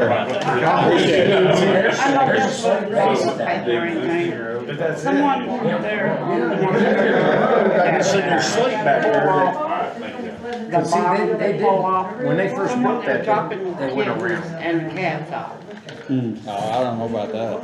Well, I Get it? I had reported. Any question about and that I plat, just ask me, I'll tell you. You know. I will. Just get it, Because I know it all. I've been out there 100 times the last couple of years. Just out there checking on stuff. Oh, you're saying you're Trying to figure out seeing what- them after the And I was fact. telling him, when you turn on Tracy's and go down the lane there, there's gonna be a big culvert there, because that just collapses. And, Yeah, see, just past Tracy, see, that goes down into the creek and what I it's try supposed to to tell turn. Tracy, don't expect this to be an overnight thing. It's a process, it's in the works now. As long as the goddamn potholes get done, everybody's gonna be happy. Sorry. If he told you to get it done this year, he will. don't make it home for bedtime. Potholes be done, everybody will be happy. Blacktop come in Maybe your there. husband will have a baby in bed. You know, when you have a pothole, Get all by it's myself, it's fine. Bad. makes that wheelie right off. All right. It won't be the only road, there's more I wanna get done. Let's move on to the health department. Sorry for the delay. I did, didn't I? So, I will ask him about that 1372 Green Acres, because I don't know what, Tracy was showing me pictures of it, but I'll ask him what we've done about that or why. talking about the vehicles and stuff out there, that's why I was, We have Question. abandoned vehicles. We do, that technically falls under the sheriff's department Yeah. from 2002, I was looking Yeah. at it, and you should have a copy of it if you feel like. That's why I said that, to a certain point, it falls into somebody else. Yeah, and then I think it's a whole new. Leakage, but So- the actual vehicles can be Now towed in. now that we just did what we did, Yeah, I don't know. November 15th. November 15th, they can be towed. Well, in that 2002 ordinance, it says if It it's does. inoperable, 6 years old. No I was looking at license it back there, plates. They have their And own. set there for 30 days, the And it sheriff's even tells you how department many you remove can it. have on your property. It doesn't say you can't have up to these vehicles. Right. There's a limit how many you can have. Yeah, and so, and that's on private property, so I don't. And I'll again- tell you a step further, it doesn't necessarily Yeah, tell you you know, can tow them yeah. in. It says people can put a fence up around them if they want them, as long as the I neighbors don't can't see them. Maybe I'm These not are on the street. street, but I don't understand Yeah, why well, there's a they're distinction between private, this but road will be being on the street, private yeah. versus public in terms of the health department's authority to. So, We have. I think people automatically assume Yeah, there you go, that, yeah. well, most properties, like if you have abandoned vehicles, it's usually overgrown, usually has trash on it, which 2 of those 3 things fall under the health department. So I think when people, obviously the They think vehicles the are more of an abandoned eyesore than I that. think, I think sheriff just had a bunch of them towed out off, I have no idea. Bernie Edition. There's 50-something vehicles out there. I think you guys might have got involved in that. I think Toby sent it to us and then we said, you need to get with IDEM and this in your own ordinance. I think they were trying to do basically it was a junkyard that wasn't a junkyard. is I can what- tell you I've done it. Going back in the woods. I can tell you I've done it. We tagged, I'll bet 75 cars on a guy one time, Yeah. Whew. and then turned it over to our attorney. Have you heard about that? So, but again, cars are not us. Grass, trash, if it's not solid waste. Anything that creates animals. Yes, vector Well, control. a car sat around long enough, it'll create cat or two living in it. Probably. Might not count. I don't know, cats. Vectors means sitting water essentially, where Yeah. you can You breed guys bacteria in probably it. fall into. Marty, what you got? Grippy. Gentlemen, I wrote to Mr. Bowling, who owns that property earlier this year. You're talking about which one now? I'm I'm confused. talking about 1372 in Green Acres. Green Okay. Acres. And advised him that he needed to clean up his property, etc. And then we also were told that he's living in a shed with no sanitary. On that property? Everybody living in a Huh? On that property? On that property. Now it's yours. Now it's yours. Well, and Toby. Ping pong, back to Toby- you. I'm trying to push it back. Toby did go out there to address that. Yeah. And he was more or less threatened that, this guy said, I'm gonna do what I'm gonna do. Yeah. And then the last time I was out there, he had vehicles on the road that he was Okay. apparently repairing. All right. Well, So, Well, I think that would probably, and I don't know this for sure, Zach got up, but, I would think if we get involved and they refuse to do it, then I think we would have another hearing like we had. I would think that's how that situation would go, but, That'd take a long time, right? I mean, it's a process. Nothing moves fast in government, right?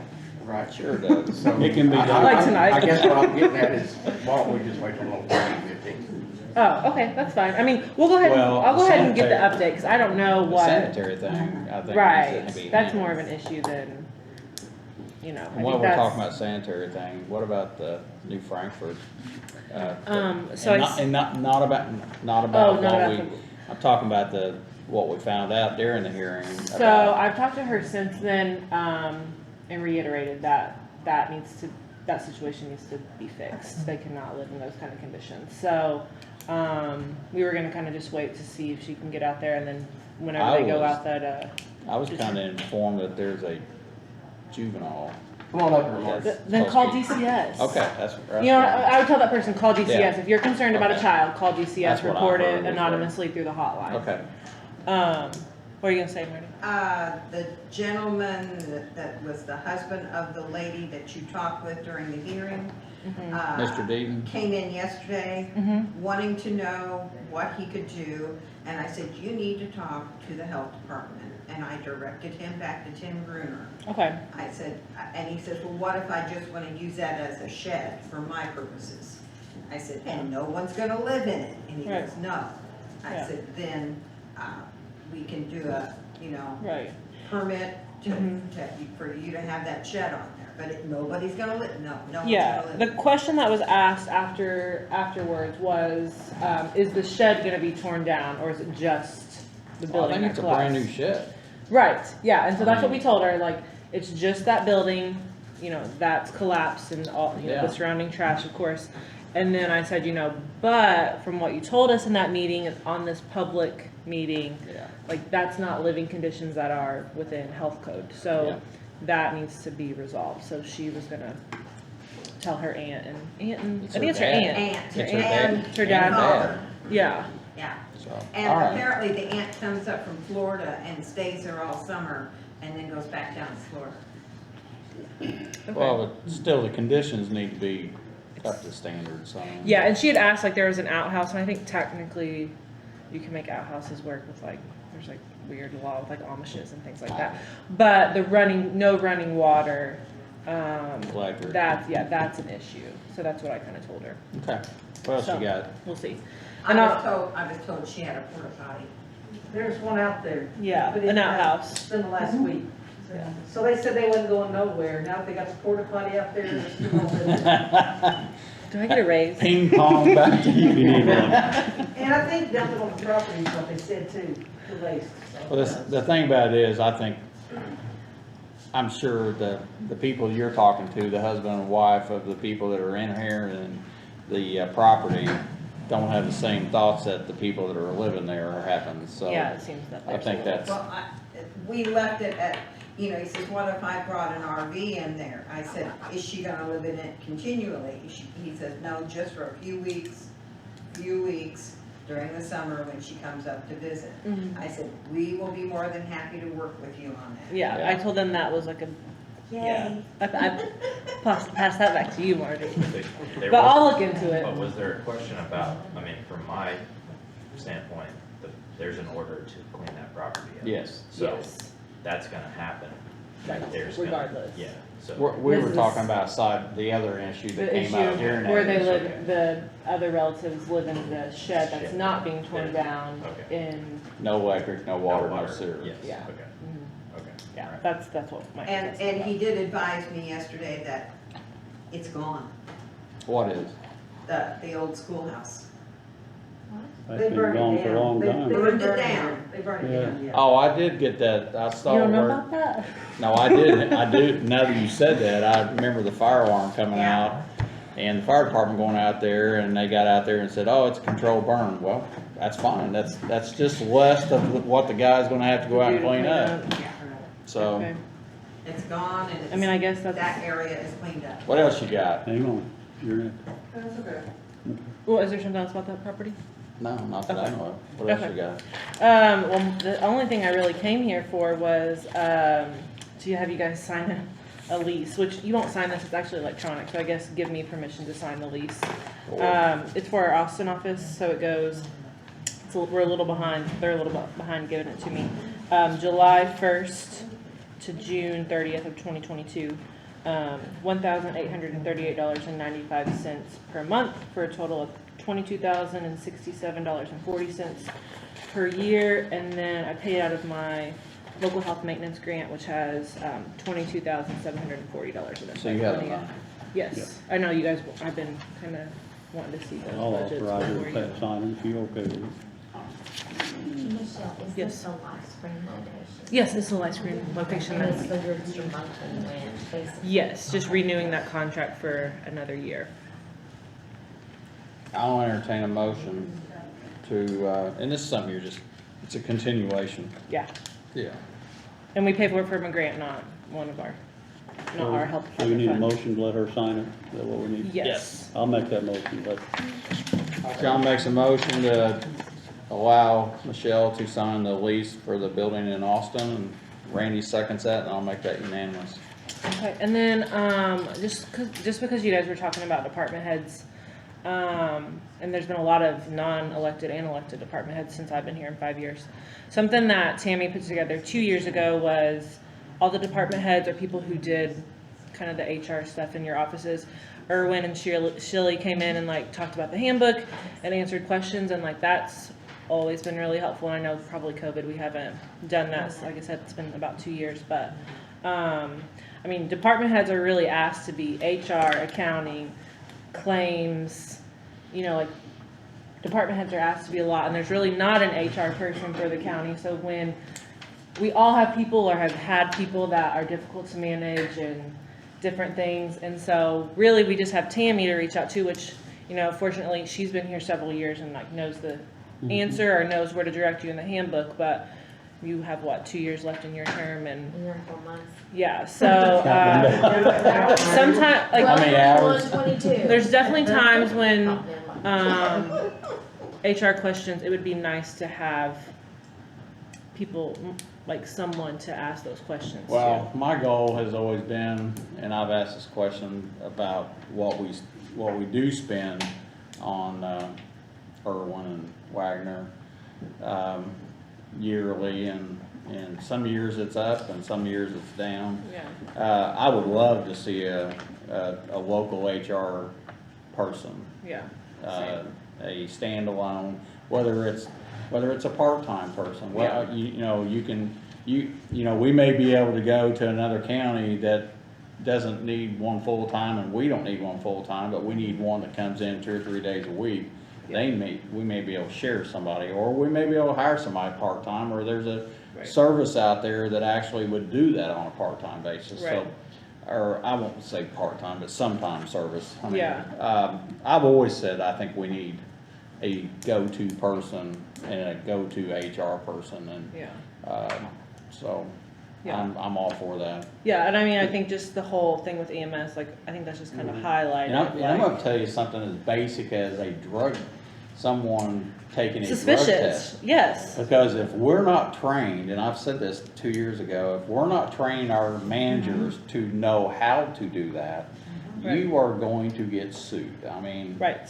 And I have had that training multiple times. I had to, when I was worked for UPS, I had to do it every year. I did train every year to take the same thing. Yeah. So we don't do that, No. and we should do that. Mhm. And because knowing how to approach those people and what the steps are to make that happen Yes. has to be followed every time. Yes.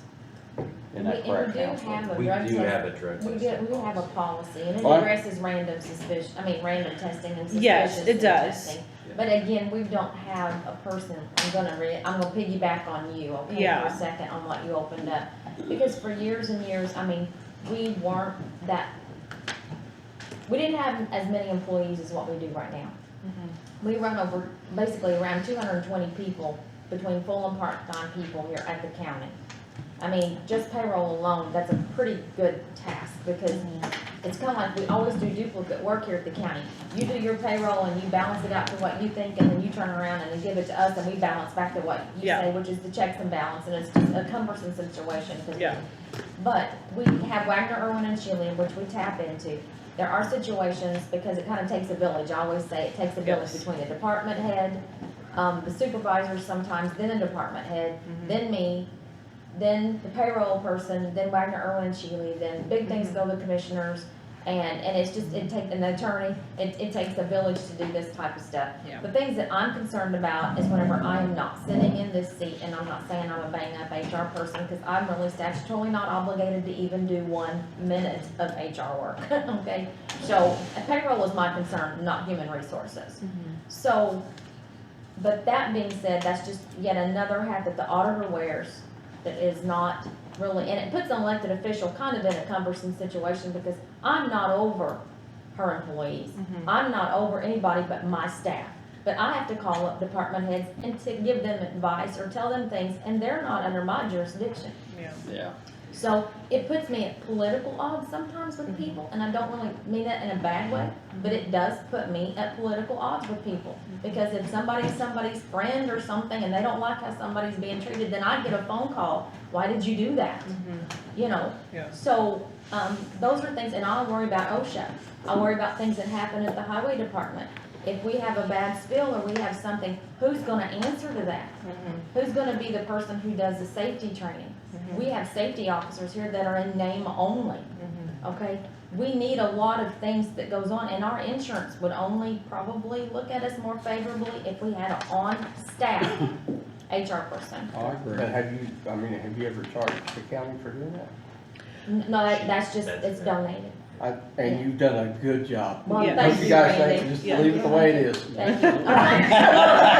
You're losing her in a year and 4 months, so that's, you know. Yeah, that's, I agree. you know, and I like. I will dealing with agree. that. Yeah, but I'm, yeah. I will agree that I think we need to, and actually, I've had people hand me people's names that are HR people and say, hey, this guy would be somebody that's good for you guys, and I know that salary can be anywhere, you know, whatever, but if we don't need somebody on a full-time basis, and I think Yeah. 2 to 3 days a week would be more than enough for somebody to say, hey, I'm in here today, and or they're looking at, somebody sending them something that says, hey, can you review this, and so. Right, I'm gonna ask a stupid question, because it just seems like there might be somewhere.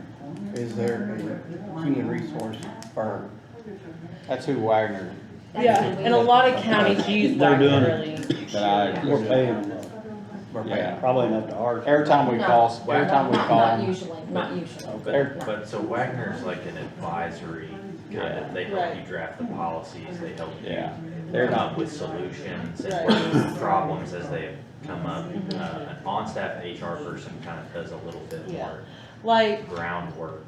like Mike's saying with the person, like say you have an employee who's suspicious of using illegal substances, and you don't, like, it's nice to just pick up the phone and say, I have the suspicion, I want to make sure I follow it right, so if the test does come back positive, I've done what I've done, need to do properly, and we can get rid of that employee. And what Mike is saying, we need to do that properly, because if anybody's going to sue somebody, it's going to be county government.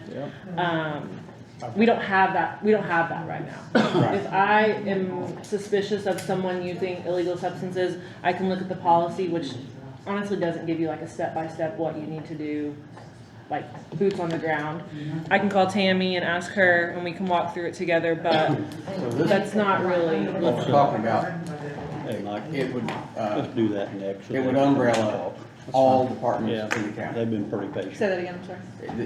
This would, encompass all the, Yeah, this would be the person that, for That'd be example, overall if you county need the government. policy changed for your handbook, you would go to the HR and say, look, we'd like for you to look into this policy change, make sure it's not against wage and hour or against the certain federal standards that you have to meet and federal requirements. And that person would help you develop the right policy to fit your needs, but stay within the parameters of the law. yeah, And so that's what HR consultants Wagner on Schumann does now. right. Okay, so they helped us revamp our handbook and update it and get the right lingo in, because language changes with the federal government from time to time. I'm looking at a person that I literally could say could pretty much stay busy 40 hours a week, because we have so many diversified departments. And we have a lot of safety training that needs to happen, because our workers' comp factor stinks. It just, Yeah. it reeks, okay? And we have so many different departments that have at-risk jobs for injuries, lifting, sheriff's department's at risk for everything pretty much that they do.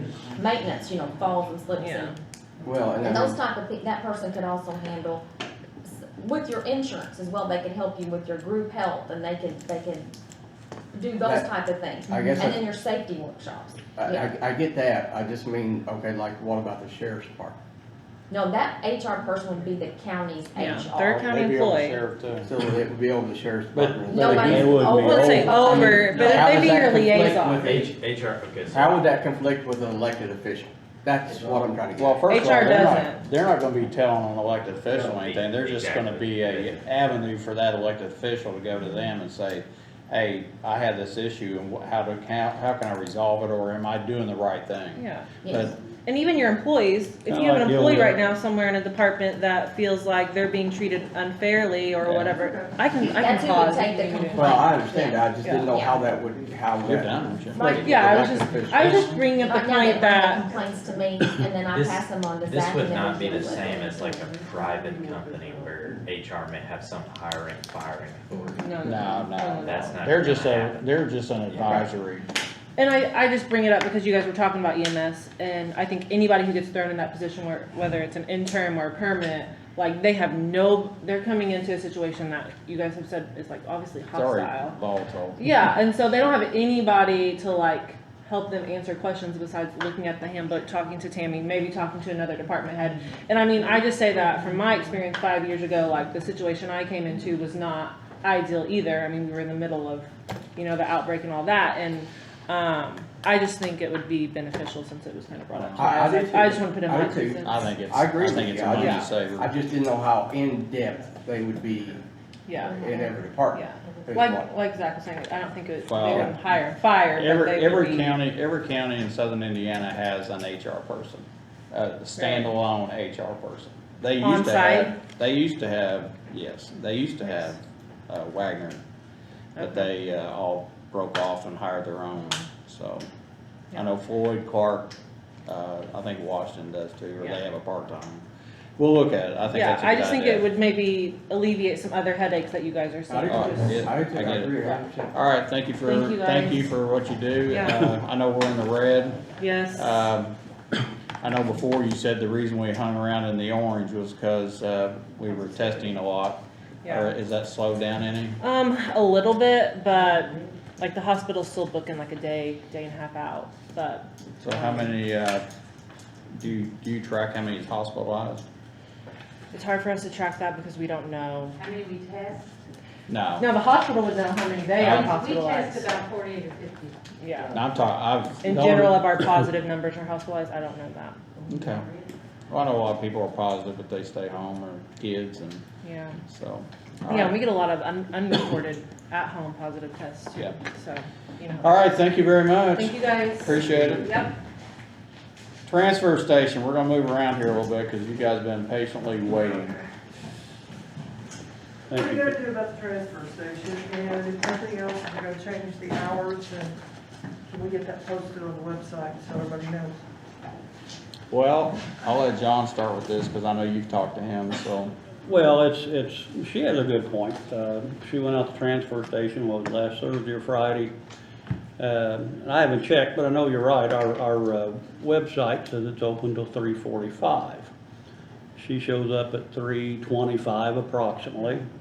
And, you know, and our guys, he thinks his time's up at 3:30. And I think that's probably accurate, what we heard him with the mowing crew. The mowing crew. So we have some adjustments to make so people don't show up. We either gotta change our website real quick, or we gotta tell him he's gotta be there at 3:45 and be willing to pay him for that.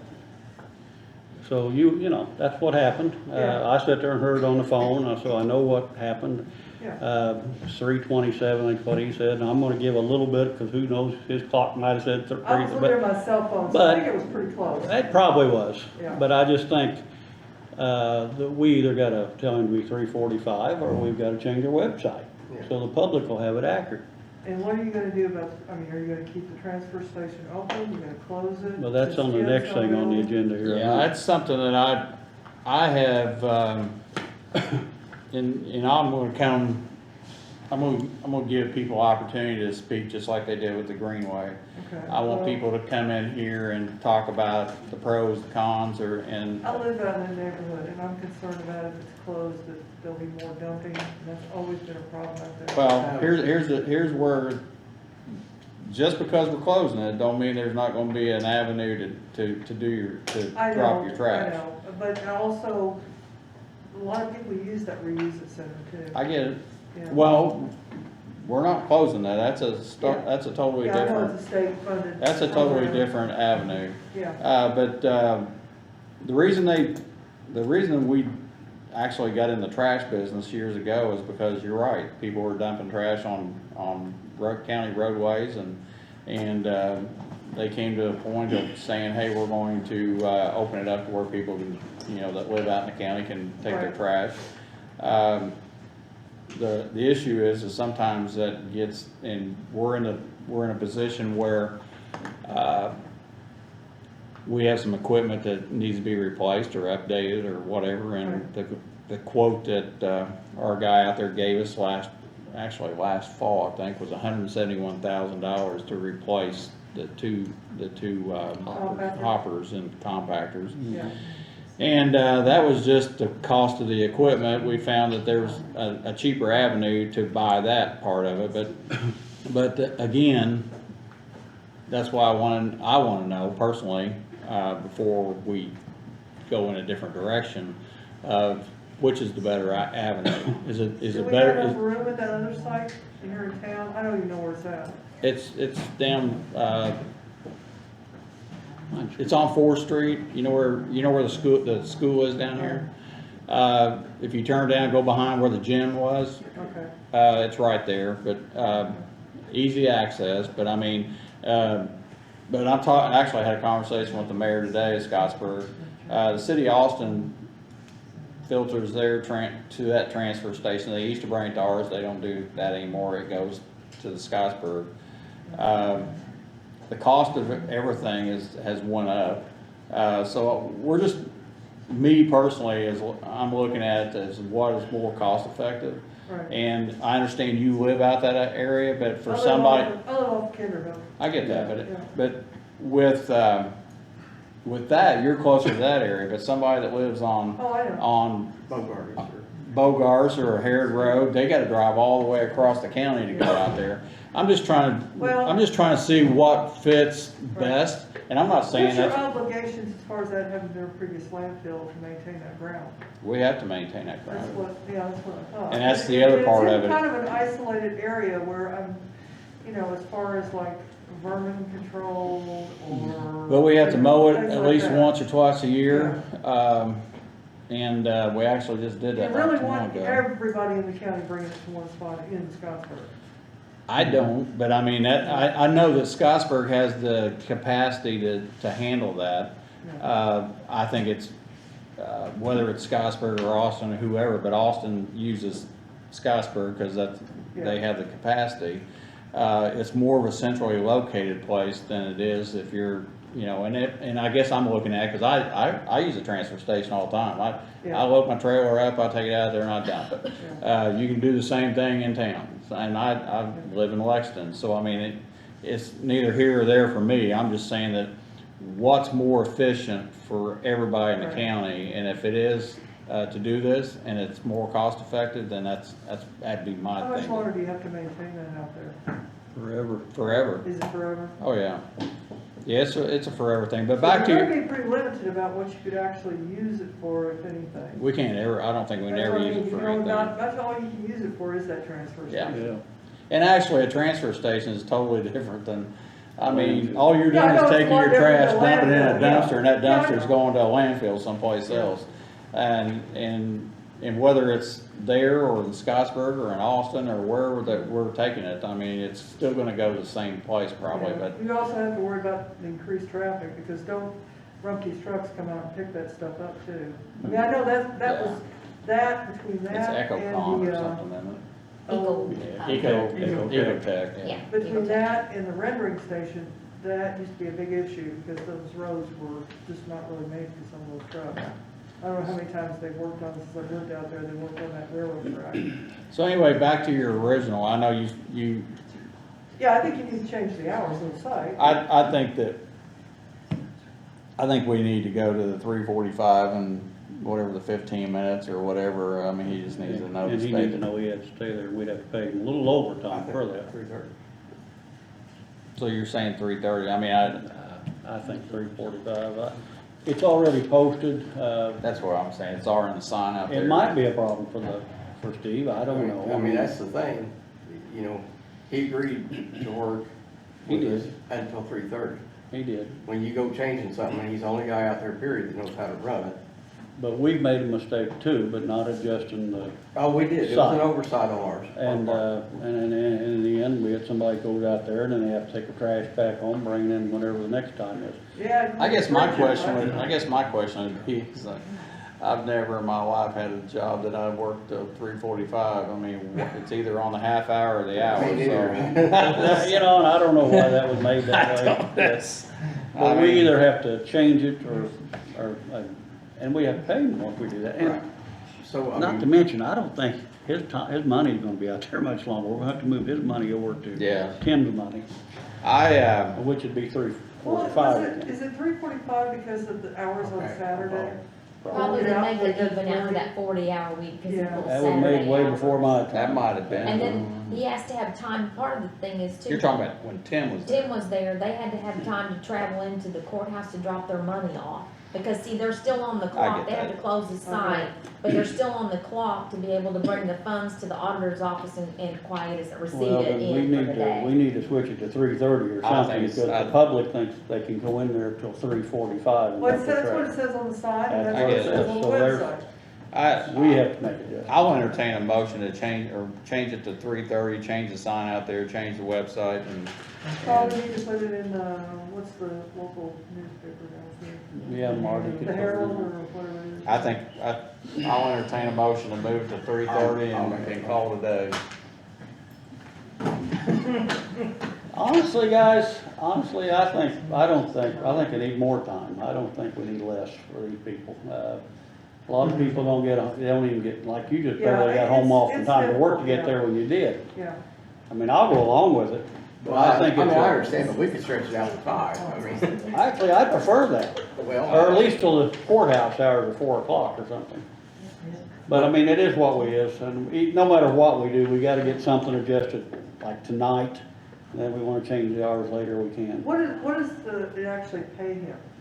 Does it pay him a 40-hour week, or is he? No. No, they're not him, because part-time. he's part-time. Okay, Tim was full-time, yeah, he retired, yeah, I know that. and he's working under part-time now, Okay. Steve is.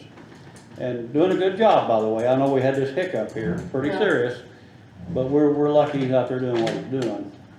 Why don't we do this, why don't we put a side note temporarily till 3:30? That's fine, maybe. And until, We can look at because we're this. gonna have to look at what's going on with Tim, his pay. Yeah, I'm Has okay with anybody that. ever figured out what hours are the most commonly used out there?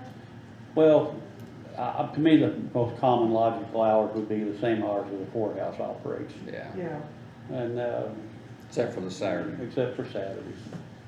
But I mean, that's whatever we want it to be.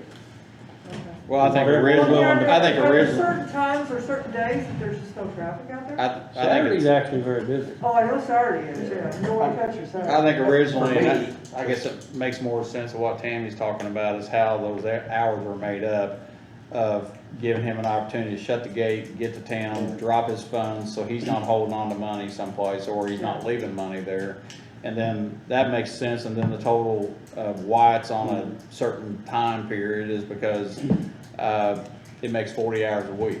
You know, his Saturday time Yeah. plus those others, it makes 40, so that makes total I mean, sense. That's in probably- the Before morning, you use does it have courthouse that much hours, you traffic can in pick the up that morning? Saturday. Oh, I Sorry? couldn't tell you. Well, see, that's it, I mean, if we knew what the hours, when you had the most traffic into that place, then, you know, you could set the hours by that. Oh, I mean, I get what you're saying, and I don't disagree with what you're saying. Right. And I guess this is what the point I'm trying to make. The gentleman already has an arrangement, and I believe he works part-time as mowing. Well, that's, And Yeah. I wanna be careful, because I don't wanna take food out of his family's mouth. Of what's going on, I just want, you know, temporarily, until we can put something in stone.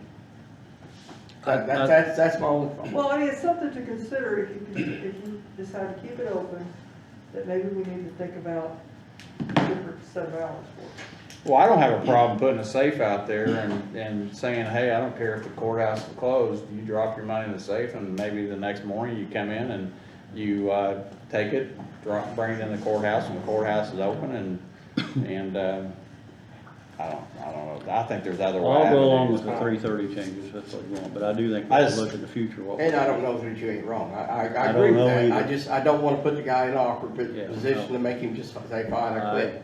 I'm very grateful Steve's doing what he's doing. Yeah. Well, I mean, and everybody needs to understand, this guy got He thrown doesn't have in, to be he got hired as doing a certain job, we kinda threw him out there, I say, we asked him to go out there, and he obliged, so, it's not like he's telling us, hey, there's what I'm gonna do. Well, I and mean, not every gonna do. job's got its different pros and cons. I Yeah. mean, you ride the lawnmower all day, you're out in the sun, or you sit in that building and. I think we ought to change, Well, we I think we ought to change we don't have- immediately. We don't have anybody else to replace him, Yeah. because nobody else knows the job. I think we need to immediately change our website to 3:30 and then have somebody immediately get on our sign out there and change it to 3:30.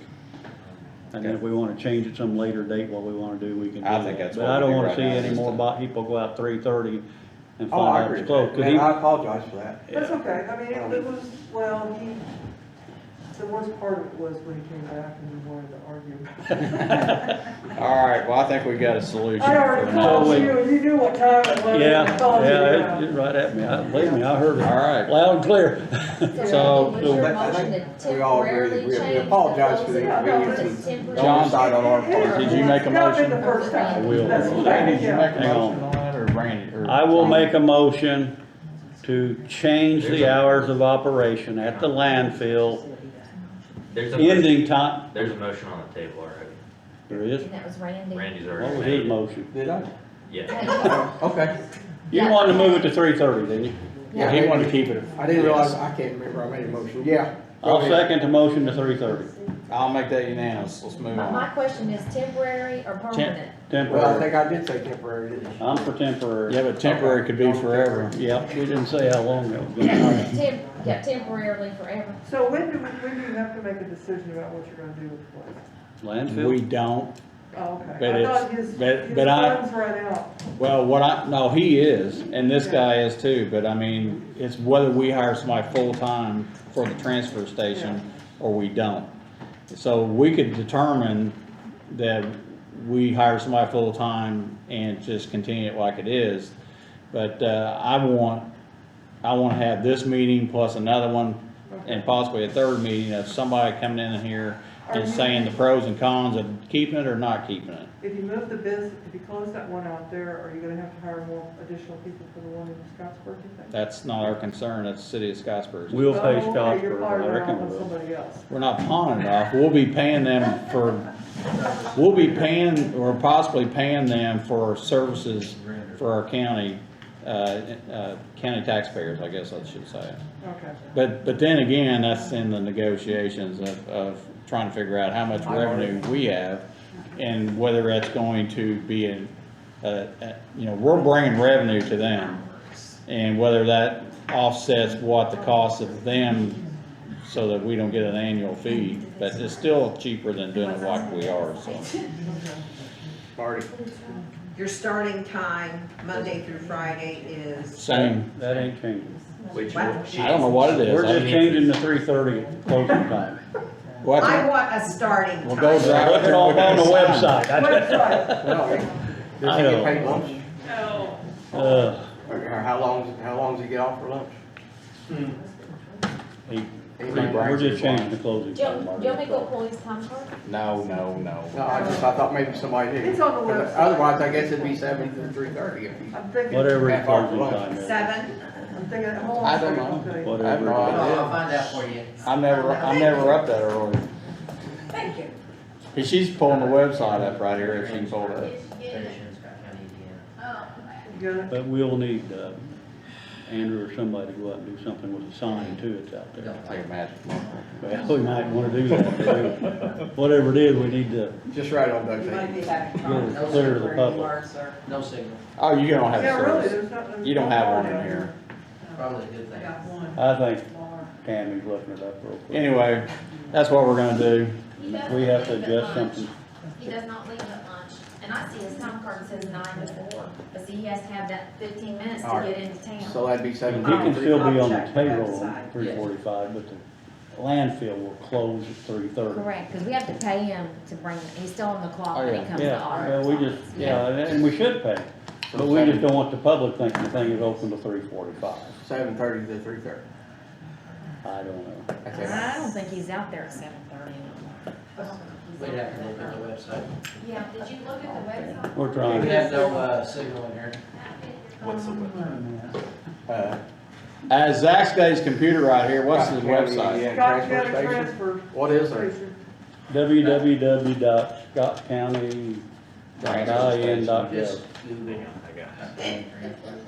And look under like, Tammy, Tammy, we got it. Yes. Zach did. There may have been a lot of other people having this issue, we wasn't aware of it, I'm glad you called. I've had, yeah, some. He's pulling up on his computer. Did you get it? 9 to 3:45, That's what his time card And says, then 9 to 4. Monday through to Friday, 4. Saturday 9 from to 8 4 to on his 12. time card, but it's 9 to Say it again, Zach, 3:45, please. which is now it's 9 Monday through Friday, 9 a.m. 9 to o'clock. 3:45 p.m. Okay. Saturday, 9 o'clock. 8 a.m. to 12 I p.m. figured it opened earlier than 9. All right, let's move on. Thank you, and I apologize again for any Oh, that's okay. any heartache you had out there, so. That's okay. Bay rental at 1471 North Gardner Street. What's that? That's Randy. We're trying. Okay. That's Mr. Jeremy Stevens, contacted me, and he has a detail, vehicle detail service, and he wanted to see if he could rent a bay out there at the John Jones building, to do this through the winter.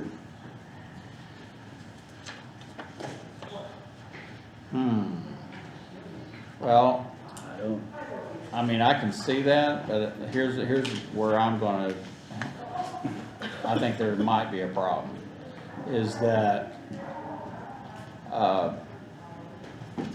if we designate a bay for him, there's only one out there right now that is a single bay, and that'd be where the paint booth used to be.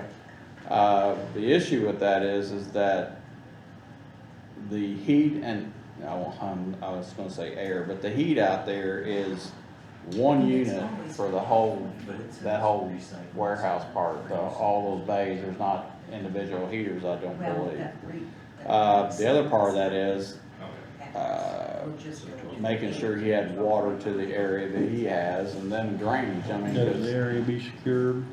I mean, will it be secured a lot of? Well, I mean, that paint booth has an outside roll-up door and has an inside man door, but that man door opens up into the rest of the building, which we could, I guess, secure.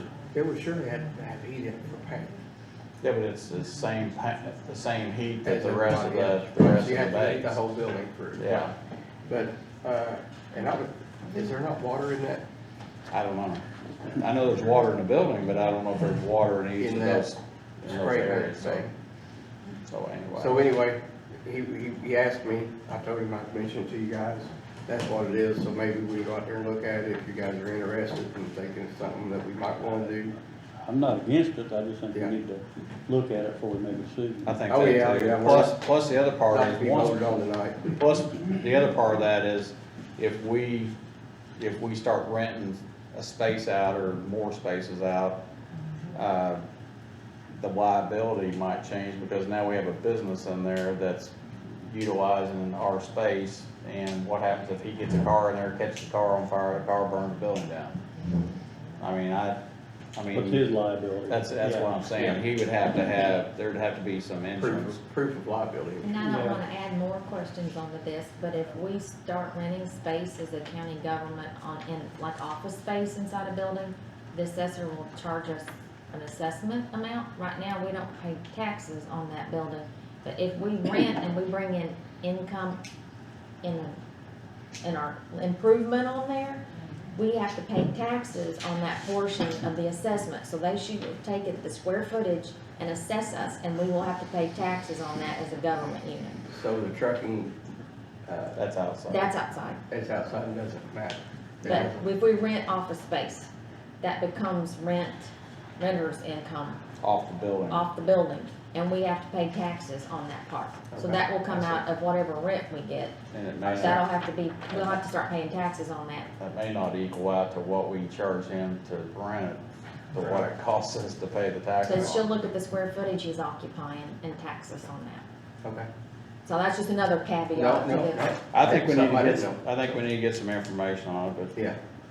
I think it's, Because they, I think the city, I think they rent office space for $250 a square foot, I think. because because the assessor, City Hall over there, that space that they have underneath them, they pay taxes on that. Yeah. Yeah. All right, let's move That's on. something new, but it's been the law the last few years. Ratification of, So was that tabled? Yes, Until it further? was just a Well, it's conversation. just a conversation, yeah. Okay. Ratification of August 2021 monthly claims. Everybody had an opportunity to look at those? Those are the ones I I called you and do. said I didn't have the book. And I have a concern about one. Uh-oh. And I hate to bring it up, but it's the 2022 Ford Maverick. The number we got here to pay for is higher than what we voted on. Just talking about the claim book. Okay, well, this stuff was all on the list there, that's why I brought it Oh, up. I'm sorry. Yeah. With the first item there is that ratification of Okay, the last claims. I'll I'm look at sorry, all that, John. I'll pass, I'll vote to Thank you. do the claims. So John made a motion to pass the claims. Wait a minute, I wanna see where it's talking. We're not talking about It it, says that's consideration of something claims and different. went straight to that. Oh, it's this one. It's the Oh, ratification yeah, of I the know. claim payments, and that's what he's Okay. doing. now. Randy And then makes- there's a colon. Randy Okay. seconds that, and I'll make that unanimous. Yeah. So I think what he's talking about is an additional. Yeah, and these are additional claims then. Okay. All right, Uh, now you're good, John. But I mean, so the Maverick, Hang on a did they come in second, higher? the next one. Well, let Consideration me of, just throw this out here. The number we gave on and voted on was 21,700 something. And this is about $500 more than we voted on. I thought it was So that don't mean we shouldn't do this, it just means it's not what we voted for. well, actually, he called me, the original was 22. he called me and I thought what he said was that it was actually cheaper. He did me too, but Flip then your it claim turned out it over. was more. The than Bill details said. on the back, flip your claim over. Well, all I know is about And he said $500 more than we voted for. And those were fees.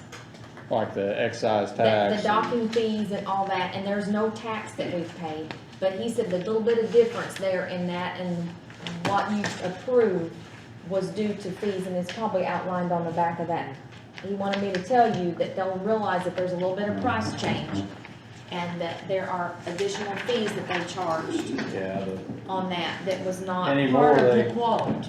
anymore they have a handling fee. I don't know if I'm against it, I just know we voted for that other number, Yeah, I get and it. this is about $500 more, and if we're gonna do it correctly, we gotta correct I that. guess my question here is, Tammy, does he have the money? I know he had the money to pay for this originally. Does he still have the money to pay for the 500 extra hours? It's in his budget already. You guys just So he has basically it. approved that he purchased at this amount. Yeah. And if, as long as he's got it budgeted, you won't appropriate, you'll just agree that he can keep the money.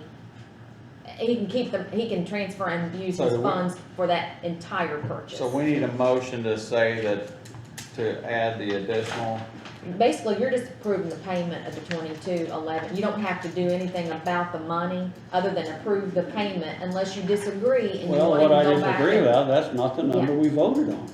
But but that's that's why, not the- that's why I'm asking, do we need to amend? That's what I'm on our attorney No. here. You do not. You just need to approve the current claim. Even though that's not what we voted for. That's a ratification, even if it wasn't, I mean, if that's a ratification of the payment, essentially you're agreeing that that's Okay. the appropriate claim number. All right. And I think, if I'm understanding it correctly, your all's approval was, you got a quote, Mm-hmm. and you approved a purchase, but the company that sold it added on some other things. So I just want to be real clear, it's not, he wasn't misleading you guys, he just maybe didn't understand some of the back end stuff that was gonna happen. Well, quote is a quote. One more dumb question, is this a take-home vehicle? For him, it might be, because he, travels back and forth from his, from his house in the night to come in here if there's something going on, or so, yeah, I guess it could be a take-home, like the county highway or something like that. The county highway don't have take-home vehicles. The- No, they don't. I've never authorized anybody in my park to have a take-home vehicle. I'm not talking about the road bosses, Superintendent. I'm talking about the superintendent has, Yeah, he's the only one, isn't he? yeah. Well, no, Well- whoever's on call. Yeah, That whoever- would be a little different. Yeah, whoever's on call Yeah, has. yeah. I mean, and that's the situation he's in, because he's on call, right? Yeah, if there's something going on in the county, he You has know, to come in. So. Okay.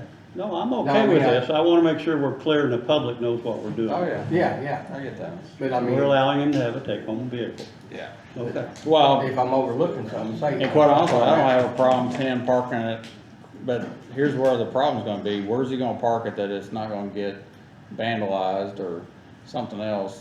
I mean, probably over there, but that's, you I know. mean, he could park it in the, I don't have Sheriff's a problem with Department. it, I know vehicles are such a thing anymore that sometimes the public wonders what we're doing. oh, I get that, that's why I have a hard time with a lot of other vehicles being Well, out of I county. agree with you, and that's why I was so difficult getting to this point. Yeah, So, yeah, we have more county vehicles outside the county sometimes than we have in the county. so I just wanna make sure what we're doing.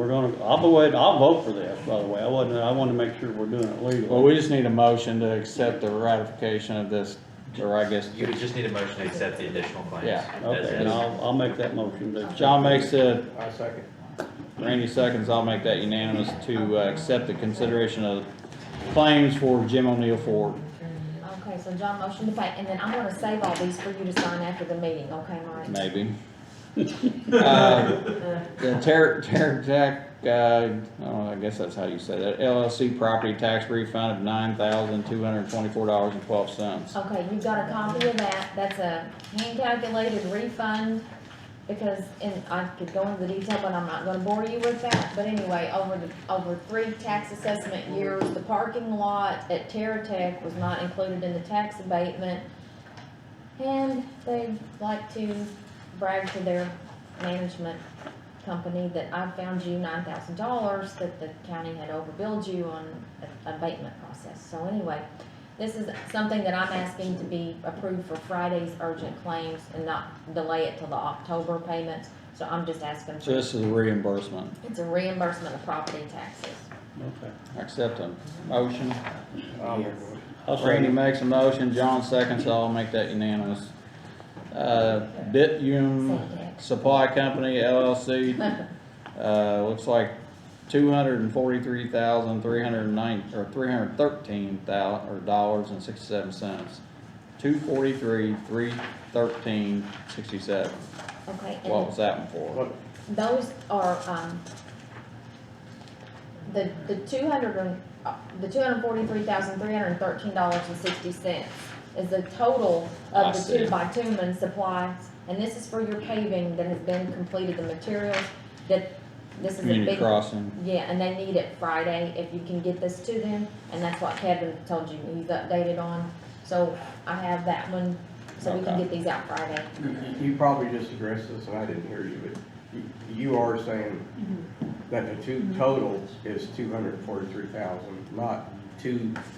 There's No, there's two claims totaling $243,313.67. This one don't have. There's a one for total. almost 6,900, a little over 6,900, and one for 236,000 and some change. Okay, So the total approval amount for Is- bitumen is, 243, got it. yes. Okay. Accept a motion. I'll make the motion pass. John makes a motion. Second that. Randy seconds, I'll make that unanimous. So the last one here is K-Tech Specialty Coating for $2,407.18. And that is related to the community crossings as well. That's, coatings and some of the supplies that they needed, for that project. All right, I'll accept the motion. I'll make motion John pass. makes the motion. I second. Randy seconds, I'll make that unanimous. I'm gonna skip the attorney comments for right now, you'll be talking too long. Payroll ratification for September 10th, 2021, and, I'll accept the motion. Motion Everybody pass. Everybody had an opportunity to look at that. I second. I'll make that unanimous. Is there 2 places to sign here? Oh, that's you, Tammy. Okay. Consideration of the minutes, and I'm gonna group them both here together for August the 18th, 2021, and August the 23rd for 2021 for emergency joint meetings. So everybody had an opportunity to look at the minutes. I have, and I'll make a motion pass. John makes a motion. I second. Randy seconds that, and I'll make that unanimous. Now we're gonna go back to the attorney. You got any comments? I have none. Thank you. Thank One you. closer. We have a FMLA request. John needs I'm something. gonna pass these down to you guys. There are 3 in there. And while we're doing that, we usually have a thing at the end of our meetings to be able to, any commissioners or anything, that's got anything comes up. I just wanna, I got a few things here that I wanna bring up. Here, go ahead and look at that. One of them is, I wanna get Josh to look at, painting the metal railing around the courthouse. Also up this ramp over here, and it needs to be that, what is it they call it, it's like electronic paint, what is it? Electric plate. Yeah, whatever it is. It's like, I don't know, it's where they electrically charge it, and it actually adheres to it better, but those things need to be ground down and all around this courthouse, because it's peeling and rusting. I know we don't use the staircase over here anymore in the old part, but I've noticed where the water's kind of rusting the metal going into the concrete. We need to fix that as well. So I'd like to get Josh, or be able to talk to Josh and get us some quotes on doing that. Also about the sidewalks, I know we talked about this, about getting a quote about putting a sidewalk all the way around the outside of the courthouse. Go ahead and look at it. The other thing is, and for anybody that doesn't know, we had a tree limb fall on a county employee's car this morning. Fell out of our tree onto their car and probably destroyed it. Where does that happen? Over here, across from where Donco used to be. But I actually had Josh call Springston and have him go look at that tree and some others. I'm old, but I'm not old enough to know that there's some history with all the trees that are planted in this courtyard. And I told, because Josh was like, well, let's just cut them down. I'm like, first of all, don't cut any trees down to the ground until we know what the history of them are, because there is a tree in the courtyard that the sapling went to space and came back, and I'm sure Went to the moon. Yeah. The moon. Actually, they won't. It's a cypress, isn't it? Is it marked? No, it's not marked, and actually, we talked about that at one time, and somebody felt like that if we marked it, somebody would destroy it or do something to it, intentionally vandalize it or something, but I'm sure there's other trees out there that have some historical reasoning with them. I mean, some of these trees out here are older than, all of us here. And they may have some history to them, I don't know, but I just don't want to see somebody coming in and just start cutting trees down just because it's got a bad limb in it. And we do have some limbs that need to be cut out of some trees. But he did say that tree over there, that is probably not a very good tree to have in the courtyard, for the fact that it puts off a seed that the birds actually come and pick the seed up and take it elsewhere, and it's actually not a very healthy tree to be having around. Invasive, I guess they call it.